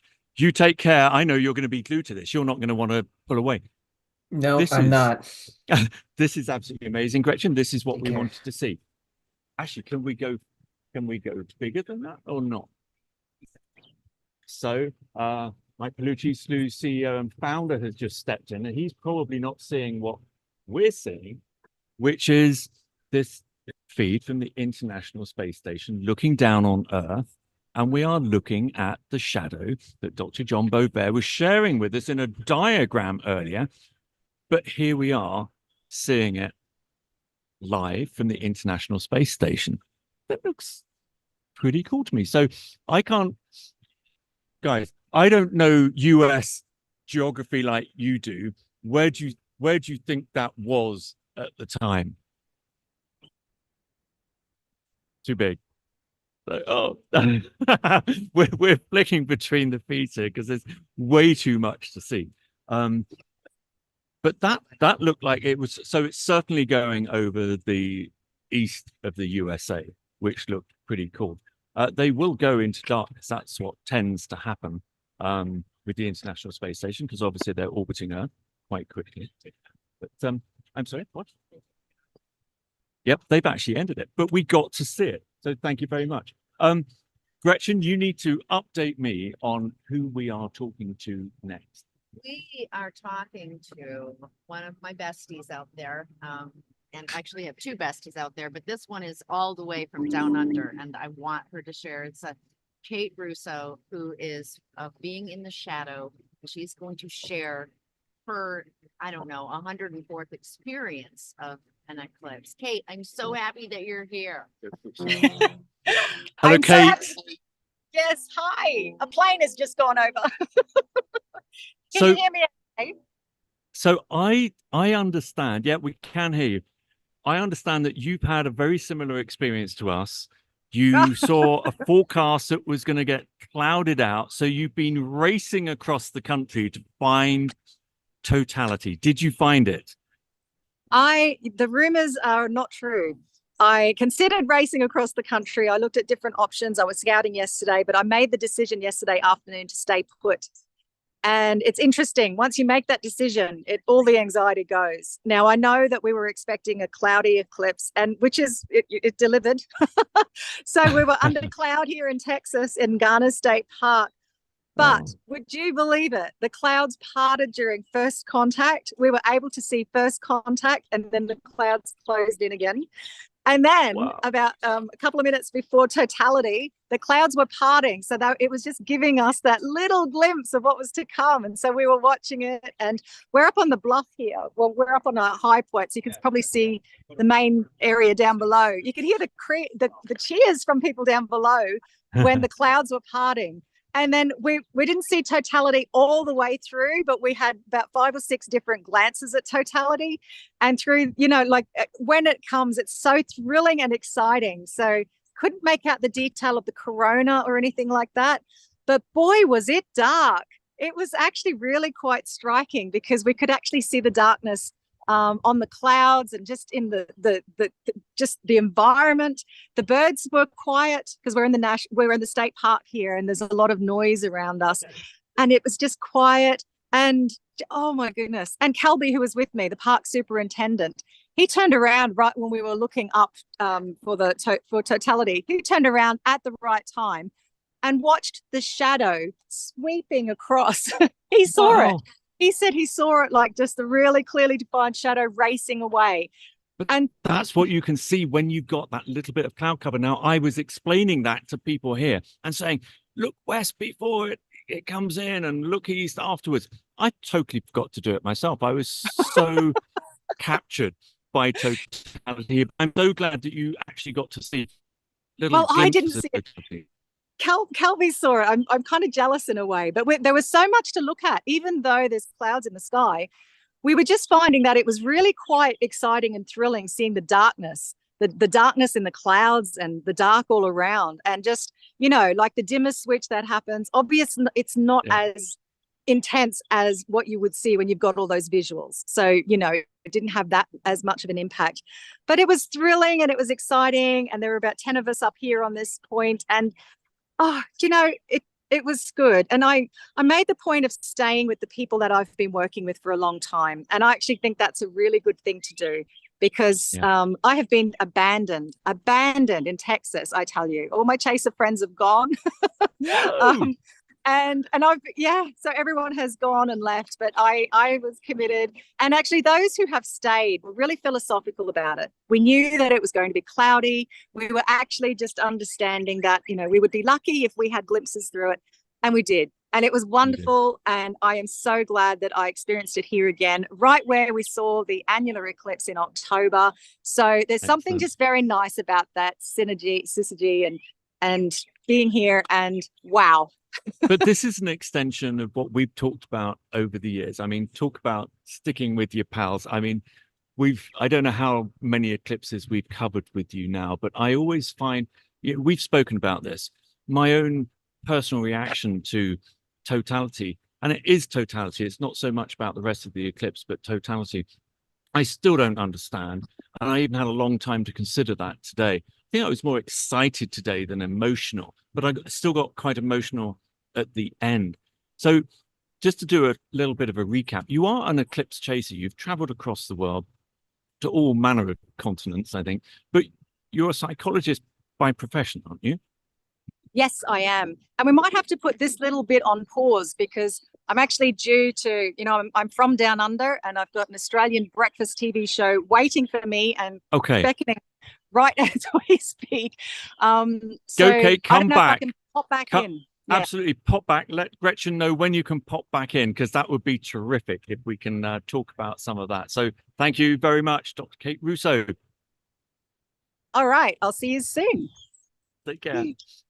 Right, we are going straight over to Slooh educator and stalwart of the Slooh community, Keith Wozaleski. Keith, can you hear me? I can, loud and clear, Paul. Thank you. Keith, what was your experience like watching this with us today? Well, first of all, it's an amazing event. I think, it is great to be here with everybody, and that's part of so much of what we do on Slooh. It's all about community. Unfortunately, my live experience could not match your own. We've got clouds, just like poor Kate. I mean, yesterday, the clouds blew out. There wasn't a cloud in the sky. It was perfectly blue. I had everything planned out. And this morning, it's just like a battleship gray. The Slooh feeds, as always, excellent work. I loved watching Nick's feed. Again, it's great to see members of our Slooh team out there providing live feeds for us. And very impressed by what you were able to produce there at the Slooh Airstream. Great coverage for the event. That's all down to Gretchen, as you know. I mean, she set up this feed. We're still watching it now live, and this spectacular telescope that Gretchen got, and I think you've got one of these as well, Keith. And so thanks to you, because you did help us kind of lead the way in in how to get that set up and streaming as we did. And I thought the views of totality were absolutely spectacular through that, weren't they? Yeah, really, really great stuff. We had Gretchen had filled me in, and she had wanted one of these for a while and said that I need something to broadcast for, and she called me, and I was on the phone with her when she ordered it. So I went and ordered one too, in case we had to do any type of troubleshooting. I didn't know how crazy it was going to be with their. Well, thank you very much for that level of commitment. Now, I did just want to kind of put you in context here, because one of the really exciting things you did for us last year was Slooh Summer School. And we've got one this year. It's a slightly different format, although that still has time to change. So, but what did you get up to last year, and what was the purpose of the Slooh Summer School? Yeah, last year it was an astronomy camp that Slooh ran during the summer, and we were live for about an hour a day, 4 days a week for 5 weeks. We took a break off in the middle, so attendees could still have part of their summer vacation. We had a blast. I basically took, when you schedule missions on Slooh, you have all these categories and you have object lists. So I figured, why don't we break it down, everything that we can see in the night sky and everything that we can use the Slooh telescopes to look at, and understand them by group. And that's exactly what we did. We did two 15-minute segments on the objects, took a little break, questions and answers. And usually twice a week, we had a little bit of fun by having a Kahoot. And those were a big hit. So, I mean, I know that some of the feedback that we got from that from students was how amazing it was, but it gave some continuity over the summer holidays for students who had been using Slooh before and using Slooh afterwards. And they were just able to continue their passionate study of astronomy with Slooh and still kind of be part of that community. In fact, it was the wider community, because you had students from all over the world attending. Yeah, we did. And that was one of the things, I couldn't believe the level of commitment. We had people literally from halfway around the world where they were getting up at 2 or 3 o'clock in the morning for our 4 or 5 o'clock p.m. my time, Eastern time. I was just blown away by how dedicated a lot of these kids were. And the nice thing is, there are a lot of schools watching today. You can go back and watch the replays of all those astronomy camps. So even though it's a year after the fact, the material, the content doesn't change. It's the same. So anybody who's interested can go back and watch those recordings. Good idea. And actually, to do it in conjunction with this year's special summer school quest would be a really, really good idea. Now, I want to ask you about something else, because you and Gretchen are stalwarts of the Slooh community, and it's not, I can just see, can you see, Keith, that sunspot is just reappearing from behind the moon. The moon has just shifted off from it. So we were seeing this sunspot a little bit earlier, which is pretty cool. But you're also a member of a community, because it's not just students, school students and college students who use Slooh, but we do have kind of a normal membership as well. And you're part of that. What does the Slooh normal membership get up to? Well, you have a number of different ways to participate. First and foremost, just watching the live feeds of the telescopes. A lot of us got involved and sort of got to know each other during the lockdowns that we had. And I myself would just binge watch the live feeds of the telescopes because we couldn't really do much else. And you learn so much by doing that. And of course, people can post observations and share their images with the community. And of course, everybody has a different perspective on what it is that they see. And of course, we have our group on Discord. So for Slooh members, they can participate with one of the many, many groups that we have on Discord, whether it's Solar Chat, Lunar Chat, whatever. There's something for everybody.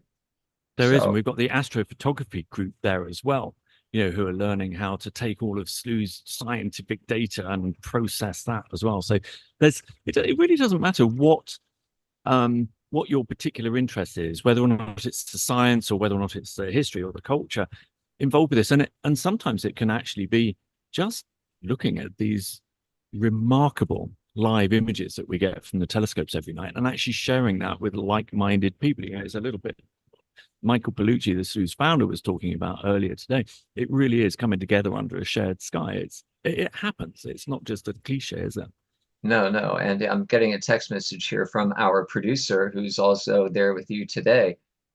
In addition to all this, we of course have our, oh, there she is. Gretchen, thank you so much for what you did for us today. This was fantastic. And I had to give a plug for the show at Tuesdays. We have not just the special event that, Paul, that you run, which is just phenomenal. We have our own little show on Tuesdays at 8 o'clock. That's posted. Sometimes it's on Slooh, sometimes it's on Discord. But again, a more casual, informal talk about what's happening in the night sky, how we can use the Slooh telescopes to take a look at what's going on around us. And I love that because it's sharing the knowledge and skills and interests, among the membership. And I think that's what so many of us who are, who was it that was asking? Caden was asking, how do you become what you are? And it's frankly sharing, your own particular passions for science. Or we're going to hear from another Slooh member shortly, who's passionate about archaeoastronomy and how eclipses especially have been seen in different ancient cultures. So it's such a wide range of perspectives that we get from our general membership, but we also see that actually reflected with our student population as well, which is, I kind of love that reflection, because basically a lot of those students are just going to kind of turn into our normal members and enthusiasts a little bit later on in life. Yeah, what we do on Slooh and with the people on Slooh is just, it's taken things to a completely different level. Everything feeds on itself and just grows together. So when I look at people who've been with us from the beginning, the level of knowledge is just, it's way out there, from where we started. So we all kind of grow and learn together. And it's a lot of fun doing that. That's so right. Because I've seen people join Slooh, and students as well, who have maybe they know that they're kind of interested in astronomy, but it can be a little bit of a cliff face of a subject. It's so vast and it can seem so complex. But one of the things I love about Slooh community especially is when you join it, very quickly, the rest of the community who may be more experienced, who may have more knowledge, remember back to those early days, when you were feeling so insecure about your own knowledge. But the rest of the community is incredibly supportive. And to watch the growth of some members' interest, who have come in from knowing nothing about astronomy to a year later, actually helping new members learn how to do astronomy and also join the live shows and start doing their own segments about the sun, the moon, and everything else. So, yep, it's absolutely wonderful, Keith. Thank you so much for everything that you do to our community, for our community, and for the students last year. As you say, they can watch all of those lessons from astronomy camp last year. So thank you. We had so much fun.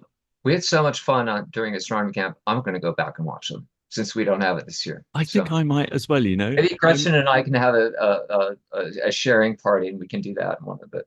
We'll have a special star party, and we'll rewatch that would be cool. Hey, listen, have you got a Tuesday star party tomorrow? I think tomorrow's a travel day, so why don't we give the team the night off, and we'll come back the following week. Okay, that'll be good, because I think we're in the air, aren't we, tomorrow? So yeah, Gretchen's kind of a little bit relieved on that. Keith, thank you so much for coming on to kind of showcase what the community does and all of the work that you do in it, and also your thoughts on the eclipse. And I'm so sorry that you had such a battleship gray sky today yourself. We've been lucky. We've had total success with some of the lunar eclipses that have come in, so I can't really complain. Excellent. And now we're equipped with these telescopes. That's going to be fun. And I know I did hear on the grapevine that you are planning maybe some special star parties where we're almost going to kind of crowdsource some feeds of the moon and maybe the sun using these little telescopes. We may do that. We have special star parties too. It's not just what's happening. We just got through the Orion star party, what I call the mostly Orion star party, where we take, famous objects in the sky, famous regions of the sky. We have one planned up for this spring. We'll do a Gemini, Leo star party as we move into galaxy season. So that's something to look forward to. Anybody that's watching, we'd certainly love to have you on that show. Thank you, Keith. Take care. That was Keith Wozaleski. a stalwart of our community here. Not only helps other normal members, but also students as well. Absolutely wonderful to see that kind of show. He's a professional educator, but he's way more than that, isn't he? Yeah. Way more than that. Now we have got another Slooh member joining us who is an educator. He's been writing some of the quests, but he's also an archaeoastronomer. So I would like to welcome Milton. Milton, are you there? Oh, yes, I am. And very happy to see all my favorite people together in one place. This has been a marvelous experience. I'll tell you, on the next one, I think we need to get far more of you joining the Eclipse expedition as well. That would be really great fun. So, Yeah, that would be Milton, let awesome. me ask you first of all, what was your experience of watching the eclipse? I know you couldn't be here with us today, but what did you think of the live views that we had? Did you get any partial phase where you live outside, or did you not get to see it at all? Yeah, no, there was no partial, and I was outside trying to catch any, but there was nothing in the southern hemisphere where I am. I am broadcasting from the heart of South America, Bolivia. We didn't get any, but I was lucky enough to see, how Slooh gave us all the best shots of this eclipse in So North did you manage? America. Did you manage to capture the diamond ring and the corona at totality? Oh yes, amazed as you were. The pictures, the feed was absolutely perfect, and I was with a small audience around here, and I was going through the steps as John Bouvier did, basically teaching a few of those concepts in the eclipse. Excellent. So we're going to talk about one of the quests that you wrote, one of our quest learning activities. But before we do that, I mentioned the word archaeoastronomy. Can you tell us what that's about? Because that's really your primary interest, isn't it, in astronomy? It's an interest I developed as I connected with you and tried to explain how, our ancestry used to look at the skies and, talking about how humans actually figured out all of these celestial events. It took me to, as Gretchen would say, the rabbit hole of this and explore and explore, more and more things. I'm going to make myself visible for a second. What I'm sharing with you in my background is the moment in which this happened in Bolivia back in 1994, 30 years ago. We had totality back then, and on top right, you can see how a jaguar is eating the sun. This was how the Inca tried to explain that phenomenon. The Inca thought that the sun was being eaten by this big cat, and we had to do all kinds of noise to chase it away and leave our sun alone, let's say. Being there as you were now was an amazing thing. Culture really touching bases with you. Incredible.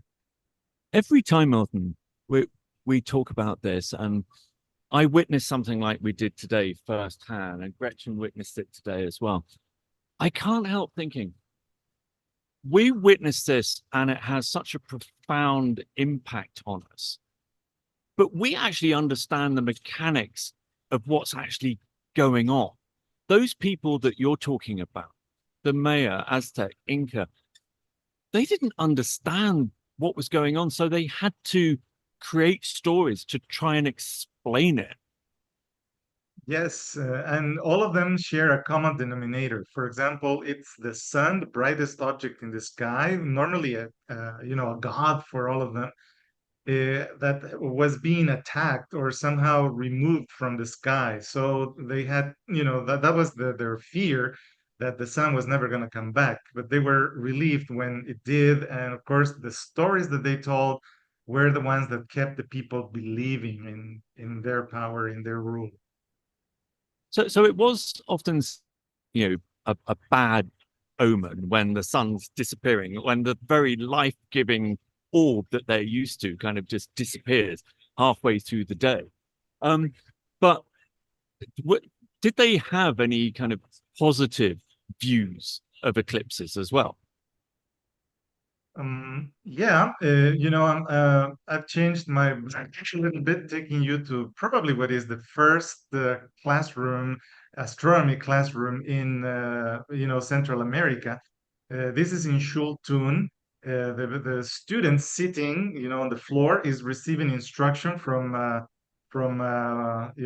teacher who's teaching him how to predict the cycles of solar eclipses, lunar eclipses, the cycle of Venus, for example. This is something I'd like to rescue from what you saw. You could see Venus for the first time, near the sun. Let me explain what the Maya thought was happening. The Maya thought the Venus was the evil guy who was coming from the back of the sun to stab it. And again, they had to, warn the sun, shouting and, try to make themselves visible to the sun, because they thought the moon was the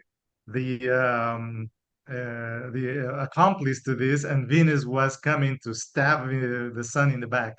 Well, as you could see, the moon recedes and Venus is no longer visible, so they believed it was something that they could accomplish. They could help the sun be there in the skies still. So, Yes, they yeah, that put was it a moment down of to victory their for them. actions. Yeah, they put it down to their actions. Off, and it works. So you do it again, and you tell the next generation that's what you need to do if that happens. And that's part of this storytelling. I think that we love in your quest. We love from ancient cultures like this, but it's also part of what's happening today. There's an awful lot of people today who will never ever see totality. They'll never be lucky enough to see that again in person. And I wonder how many of them are going to be sharing what they saw with friends and family today and tomorrow, and their grandkids or whatever, 100 years ago, 100 years away. So, what do we got? Okay. Yeah, those are memories that they will treasure forever, as I did mine. I mean, I'm still remembering that 3rd of November of the year 1994 as one of the most important dates in my own life, when I finally kind of understood this choreography in the sky, that between the moon, the sun, also the earth. It's just a moment in which people come together, and that's another one of my positive stories. What the Maliba tribe, for example, believes that the sun will disappear from the sky unless humans can solve all their disputes, for example. And that's the moment where everybody forgives everybody and settle down their fights, and that's something that our world really needs. I learned that from a colleague of mine, Janet Ivy, who shared the story, and I couldn't be more proud of that, and share it with you in this incredible moment.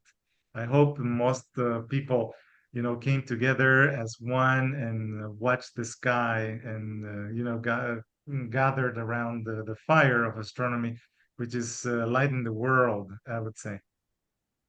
You always say it best, Milton. Thank you so much once again for joining us and all you do for Slooh's community. So thank you very much. And we will see you on the next amazing celestial event, no doubt. Absolutely. So thank you very And much. in Take care. 117 more days, there will be a partial around this area of the world. So I might be sharing with you a few things also, with the rest of the community.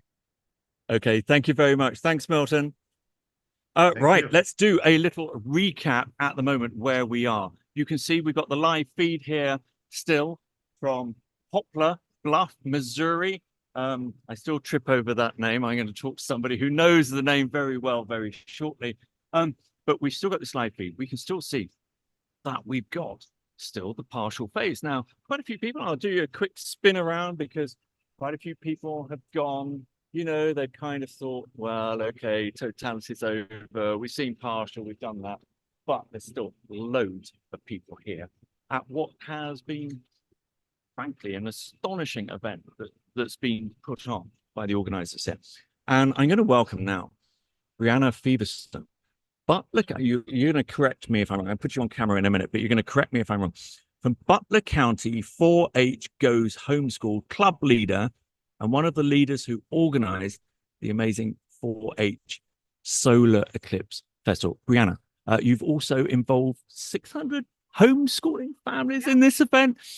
Now, did I get all of that right? Yeah. So how long have you been working on this event? Not very long, actually. It was only about a 2-month planning period because You're kidding. You've done all of this in 2 months. This kind of got handed to us because the Booster Club was supposed to plan this event, and they decided they didn't want it about 2 months ago. And so we were like, we got it, and we just took off with it, made it happen. So tell me exactly. So some people don't know what 4-H is. It was new to me the other day when I looked it up. So what is 4-H? So it's an educational program. Back in the day, it used to be just agriculture, and we still do that. We still have lots of like they show animals, so the kids will raise their own animals and show them at fairs. But we do so much more than that. If there's something they want to learn, we'll teach it. Currently, right now, we have a STEM class that's learning robotics. We have a media class that's making a movie. They're literally writing the script, and then we'll produce it, act in it, everything. I mean, we do little things like we have crocheting and quilting and an outdoors class. Just about it, like I said, anything that the kids want to learn, we're going to teach them it. So what part of 4-H are you running locally? I'm the local club. So we have 3 clubs. I used to have 2 clubs, but we combined them in there. So you kind of said it right when you said Poplar Bluff goes, or 4-H Goes Homeschooled, because I was over the 4-H Goes Homeschooled club, and then recently took over the Poplar Bluff club as well. So now we're both. So you and also the local Chamber of Commerce have also organized this event? Yeah, they were part of it. So I think this, but how successful do you think today's event has been? I could not have asked for a better event at all. And we had a clear sky. It was perfectly That is clear. really kind of you to lay that on for us. I don't quite know how you managed to do that, but thank you. Yeah, that was part of the plan. Did you get to actually see and look up, take a breath from the organization, everything else? Yes, I did. I stopped. We asked all of our vendors to shut down too, so everybody stopped. Yeah, thank you. The generators. Yes, that was perfect. Everybody stopped. It was so quiet. Everybody just naturally goes silent, don't they? And it was about 5 minutes before totality. Yeah. So that kind of gave you that space, I guess, to kind of sit back. And to just get to watch all the light dim down. Have you seen it before? Have you seen totality? No. This was my first total eclipse. What did you think, and how did it affect you? I can see why people drove to see this, because I will drive to see this again. See the next Absolutely. one. Yeah, and you'll probably fly halfway around the world to see it if you can. Oh, I would. What was the best bit for you? What was the bit that surprised you most about it? The quiet. I mean, I didn't expect it to everything to be just so quiet. I mean, you could hear people were still talking, people were saying yay or stuff. No, I even heard them clapping and wooing and stuff, but it was so just like it was just quiet. I can't explain it. It was just a whole experience. I've done a few of these now, not many. I certainly want to do many more. But one of the things I hear most, and one of the things that I say is, I don't know how to explain it. Yeah. Unless you witness it. Yeah. We can have all these wonderful telescope videos and we can see them online.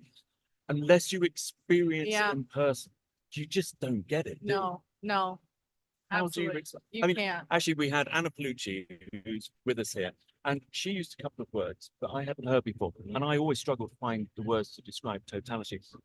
But she used one. She said magical. Yeah, absolutely. And I think that was Yeah. perfect. But the other one was about how it actually looked at totality. And she said metallic. Mm-hmm. And can you remember how kind of silver and creamy it looked against this blackness of the moon being over the top? Yeah. So what happens now? Have you got some huge cleanup thing that you've got to do? Yeah, we'll have cleanup. We're staying here till 4 because we kind of thought maybe people would trickle out and not leave all at one time. Yeah. I mean, most everybody left, but the bands are still playing until 4, and Oh, are they? Yeah, they'll be here till 4. Oh, well, we're going to be finishing shortly after this last little bit of the moon goes. So I may actually get to enjoy some of your. Yeah. Hopefully, some of the vendors have still got some. Some of them have sold out. Oh. I know the crab guy, he had to come more. I had to wait like an hour, but I still got food from it. So, Worth the wait. oh yes, it's really spicy though. So if you don't like spicy, I wouldn't recommend it. But I'll try so it. good. I'll try it. It sounds like something that probably needs a beer to go with it. I mean, yeah, we weren't allowed to. Oh, you weren't know? allowed to? No. I'll wait until So this many evening. rules for school property. What I love is I'm still looking around. We've still got people who are enjoying the eclipse right up to the last Oh minute. yeah, they're Brianna, hanging out. on behalf of Slooh, thank you, and all of our viewers around the world. This is not just in the US, but all of our viewers around the world. Thank you so much for laying on this and inviting us to. Yeah. This is remarkable that you managed to pull this off in 2 months. Yeah, it came together very well. Well, congratulations. you. Thank you Thank very much. Take care and see you at the next one All right. somewhere around the Yeah. world. All right. Absolutely. Thanks, Brianna. Thank Take you. care. Yeah. Bye now. Wow. This day just gets better and better. That was Brianna Featherstone. Sorry if I pronounced your name wrong, Brianna.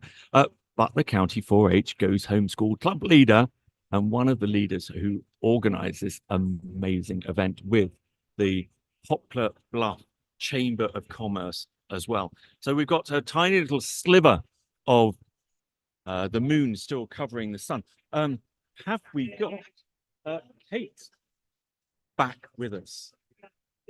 Yes. Yes, Kate, yay! I don't know how you managed to do this. You join us using mobile devices from the middle of nowhere so often. So how did Australian TV go? How was that? Oh, that's really nice because we actually have the 5 total eclipses in 15 years in Australia. And, you know, we had the first one in April there, but we have the next in 28, 2030, 37 and 38. So it's really nice to actually just pop back home and talk about the whole buzz. But it ended up being that they called me a little bit nuts. Really? Why? Yes, they did. Well, you know, for some people, I guess, you know, for some people who haven't witnessed this kind of stuff themselves, they maybe have difficulty understanding why somebody like you runs around the world trying to witness this stuff. So I guess it might seem a bit crazy, but from everybody that I've been speaking to here, anybody who has witnessed it knows exactly why you're doing that. Well, we know this, but I guess I just beamed into Australia. They're waking up. This is very early in the morning. And so very serious news. And then there's me being hyper excited about having cloud, you know, I think it probably come out a little bit weird, but I love it. Now, how long have you got to stay with us, Kate? Because I know you're doing some traveling today. Yes, I've got another a few more interviews to do. So 3:20, and Gretchen is going to keep track for us. Okay, so where we finished off last time was you're a professional psychologist and eclipse chaser, and you have been working to understand the impact that totality especially has on people. And everybody that I've spoken to today has been a great one for us because we're not normally surrounded by so many people. So I can't do what you normally do, which is actually interview people and ask them, you know, what happened? What was your impression of it? What have you really found? Are you getting any closer to really understanding how these events impact us so greatly? Yeah, it's interesting because, Paul, we have this same conversation every time, don't we? And we're kind of left with the idea that some things are still are ineffable. We just cannot put words to the experience. We just have to experience for ourselves. But, you know, up for the 10 years or so, I've been looking at people's interpretations of their experience of totality. And, you know, words kind of fail, but I really have moved forward with looking at our embodied experience of totality. And that means that how we actually physically feel at that time. And I was on with you there for the annular eclipse. And do you remember we had the Project OR at the Solar Eclipse Village here in Garner State Park? Yeah.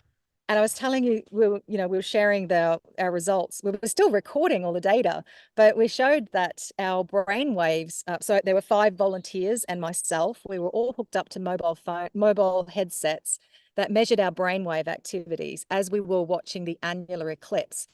And it showed that even though that was also quite a cloudy eclipse too, it showed that our brains, not just mine, but all the volunteers as well, actually went through, changed the patterns, our brain waves, and it was as it captured awe.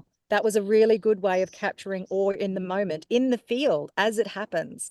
And that's only been done, to my understanding, in the laboratory settings where they've got people in functional MRI machines, and they get them to imagine awe, and they can look at the changes of brainwaves there. But we did that. And this is the first step, I think, in looking at the embodied emotions, our embodied reactions, changes that we feel. And the interesting thing is that there's more research coming out about the experience of awe. And we know that our default mode network, how we normally think about ourselves, it shifts. And so we become much more pro-social. So that feeling of connectedness, do you remember we all comment about the insignificance, but connection to something greater? Well, we're able to see that in our brain waves, and that's actually really quite tangible things. So even though it can be very frustrating not being able to really coherently describe in a soundbite what happens to us and how impactful it is, we know it's always going to remain ineffable. We will always struggle with trying to communicate how different it is to other people who've never experienced it before. But so we are kind of starting to, well, you've certainly confirmed that, yes, it is actually having an impact on our brains, but we still can't quite explain how or why. But Paul, we never can. And do we really want to? I think this is what we've discussed before. You know, there's a mystery to all of this, which do we really want to uncover? Anna Palucci today used the word, it was magical. Do you really want to dispel magic? Now, Kate, I don't know if you can see our live feed, but we are about to end. This is a bit sad, everyone. We're about to end our eclipse today. We can just see a tiny, tiny little bite out of the sun still. Oh, and they've got that sunspot there as well. That's kind of so cool. Yeah, that's been a really good reference point actually all day for us, because we've seen it in all the various feeds. But, you know, so what are your next steps then in your research?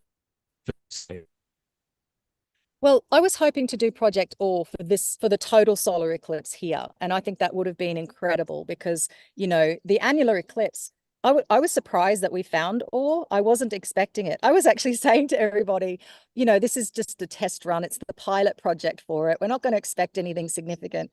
And then when things actually were really interesting and the data came back, it was like, oh yeah, actually, well, and it matched up with what I was feeling. I was in awe.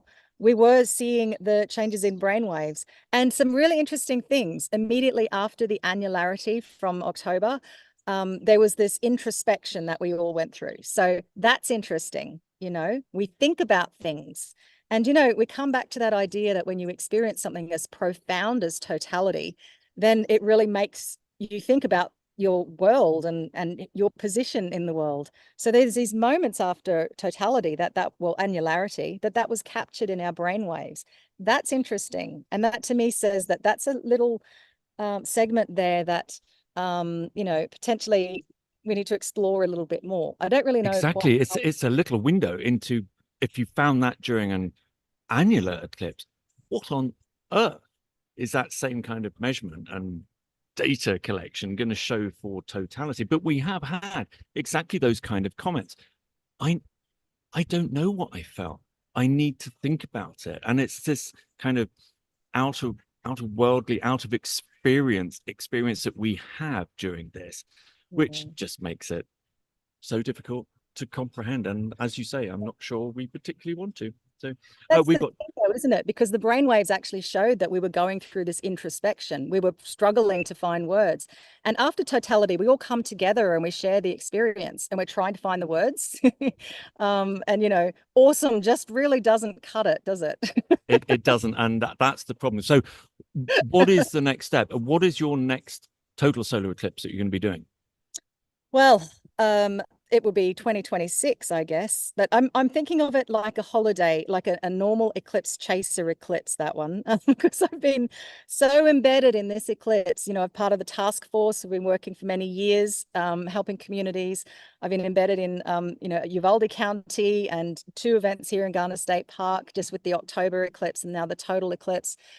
I've been doing a lot of that side of things. And today, because I knew, like, my husband's not here to share this experience, and I knew it was going to be cloudy, so I made the decision that I was going to be sharing it with the world. So I've actually done a lot of media in the UK, in Australia, all here, Canada later on. So I made that decision, and it's that idea of the next one. I think I might just have a me eclipse. You know, I was actually going to ask you that question because I've said to a lot of people today that at some point I need to do one of those myself. So maybe we'll come and join you if an invite, you know, hint hint, gets extended. Now I know you've got to go. I hope the rest of your media interviews go. Thank you so much always for supporting us and coming on.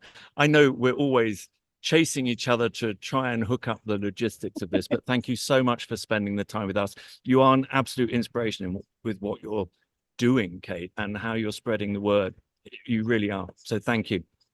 Thank you. Lovely to join you very briefly and see the brief moments and to hear, Milton, what you were saying about that storytelling as well. So I appreciate it, and I look forward to watching the show back later on. So take care, Kate. Safe travels. Take care. thank you. Bye. Bye now. Right, let's have a recap because as normal, things get slightly out of order. So we have finished our eclipse here. Yeah, I'll give you one last little look around because the Slooh crew is still here. Yeah. And still quite a few people actually milling around. A few of the vendors are packing up. Hopefully we can find some food somewhere. Oh, I've just noticed there's a giant Spider-Man over there. We do still have time to get our faces painted. And there aren't many customers over there. So anyway, I'm just going to ask, have we got anything else to cover? Or shall I think wrap us up? So last words from each of you. Max, you've been on this little part of this little group's expedition, Eclipse expedition. What are your thoughts? Final thoughts? This was a great time, and if I had to drive 13 hours to see another eclipse, I'd be happy to do it, especially with you guys. Well, we'll plan that. We'll plan that then. Todd, you've been looking after our feed today and the telescope, done a terrific job. You actually only came of your own volition and at your own cost just to enjoy the eclipse, but we kind of roped you into quite a few jobs, and you did a bit of the driving as well. So thank you very much. But what are your thoughts? Unforgettable. Amazing. Cheers. So next time, do it with your wife. Bring her along. All right. Don't tell Christine it was so great. All right. You just did. I did. Sorry, Christine. It wasn't any fun whatsoever. Michael Palucci is here, Slooh's CEO and founder. We are wrapping up the show. What are your last thoughts on today's events? Wow. Well, it's just a magic moment to spend with my daughter and with you all, and to have it come to fruition. I mean, it felt like an adventure. Every adventure event, it's the way you plan it, and this one did. And I think also just was overcome by the peace, the tranquility of like thousands of people here running around, having a great day, listening to music, and how it just all settled down. And how we all just sort of took it in, and it kind of felt spiritual, and it'll stay with us for a long time. And can't wait for the next one. It will. And Brianna was saying exactly the same thing, and I think it surprised a lot of people how very naturally everything just started going quiet. So thank you, Mike, for laying this on for us. It has been a terrific adventure, and wonderful that the two kind of crews, you lot coming down from Slooh HQ in Connecticut, in the mobile observatory here on your long journey. But my goodness, it was good that you made the decision to hold up here just to see what the weather was going to do. So thank you very much. And we've joined up here. So thank you very much, Mike. Thank you. And our last person that we're going to speak to is has been responsible actually for the vast majority of setting this up, Gretchen, events manager and community wrangler and telescope controller and feed controller, and we haven't got time, have we, to go through everything that you've been doing to set this up. So what are your last thoughts? Well, I have to say it was a perfect moment in time, just because I'm a dog and cat lover, and I've got my dog and cats with me on my shirt, right? But it was just so beautiful to, a lot of what, Micah shared and Todd and Max about people coming together, and the sun and the moon did that, right? The sun and the moon came together for a perfect dance in time, and so did everybody else. And it was just an unforgettable. So, William, should we do it again? We're going to do this again. So, and don't forget, we do this kind of every night at Slooh. The community, students come around the live telescope feeds. Thank you very much, by the way, Gretchen. The community come together every single night to watch and capture images of celestial objects, planets, the moon, the sun through our normal solar telescope, and loads of celestial galaxies of every single type, stars, star clusters, all manner of things. So I guess I should probably wrap up our special star party now, because nobody else really wants to talk to me. They've had enough of me. They really want the internet. The internet has had enough of me. But I would like to just tell us, remind everybody what we've got coming up. We have Slooh Summer School coming up. So you can check that out at www.slooh.com. There's an article there, how you can get your students and kids involved, homeschoolers as well. It's a great thing. And don't forget, this event is partially organized by Homeschooling K 4H here. We've got our Australian Observatory. All of the equipment is installed. We are just waiting for some final development work to be done, and we are going to have an Australian observatory, which Dr. John Beauvert reminded us will give us 24-hour live telescope views. We've got new quests and new features, as Dr. John mentioned earlier. Don't forget, if you missed any of that, if you missed any of this event, you can watch it. If you missed any of our past events, you can watch all of those back. And I guess I should just thank all of our guests. So first of all, we had Slooh's expert, Dr. John Beauvert, Slooh's Director of Curriculum, an Eclipse expert. We had Brianna Feverston and the group at Butler County 4-H who welcomed us to their outstanding 4-H Solar Eclipse Festival and Total Eclipse. They had a whole music festival here over the last few days. And Brianna's telling us they did this. They organized all of it in 2 months. That was also with the Poplar Bluff Chamber of Commerce. We had Slooh members and educators. Keith Wozaleski, he told us about his views of the eclipse, some of the stuff that summer school got up to last year. We had Milton come on telling us about how ancient cultures of South American cultures saw eclipses. And there's some cool stuff there. I hadn't heard about the Venus thing before, but they thought Venus was about to stab the sun in the back. So that was a cool one. We've had Mike and Anna Palucci, who went on their epic road trip to bring the Slooh Mobile Observatory, which is sitting behind me, all the way down from Slooh HQ in Connecticut. Everybody in the Slooh team, you know who they are because I've just been talking to them, has worked behind the scenes to make this amazing undertaking. There's a whole stack more people. It's not just the people here, but there's a whole stack more people making sure the servers are staying. Did the servers stay up? Yes, I've just had the thumbs up. The servers have stayed up, everything. We have had hundreds of thousands of people join us today for this absolutely spectacular event. We have had Dr. Kate Russo. My goodness, if you haven't read her book, you need to. She's an eclipse chaser, psychologist, helping us to try and comprehend the incomprehensible, how these events, how these celestial events impact us. Gretchen Bickett, huge special thank you to her, Slooh's event manager. Couldn't have done this without you. And of course, our feed partners as well. We've got Slooh member Nick Rotundo from Dallas. How on earth did he get clear skies? And he got it just at the right moment as well. He got totality, but we've also had our Exploratorium feed. So thank you very much to Ron and Robin down there. I think, have I forgotten anyone? Okay, we haven't forgotten anybody. So I think I have everybody. Yes, everybody who's actually, we've had quite a few people actually in the webinar join us. And oh yeah, we had, who was the teacher? So thank you very much to everybody who asked a question. And we had Penelope Tobin. Your whole class was watching. I bet you're still not watching now, but I hope you enjoyed what you did see. And thank you everybody for the questions that we had. Jordan, that was a great question. And yeah, there were a few there. So thank you very much indeed. I'm going to sign off now. Maybe have a glass of water or a cup of coffee to start off with. Join us on the next one. I don't know when that is, probably 2026 then. Until then, thank you, everybody. Goodbye. Thank you very much. I'm Paul Cox. Been fun. Take care. Bye now.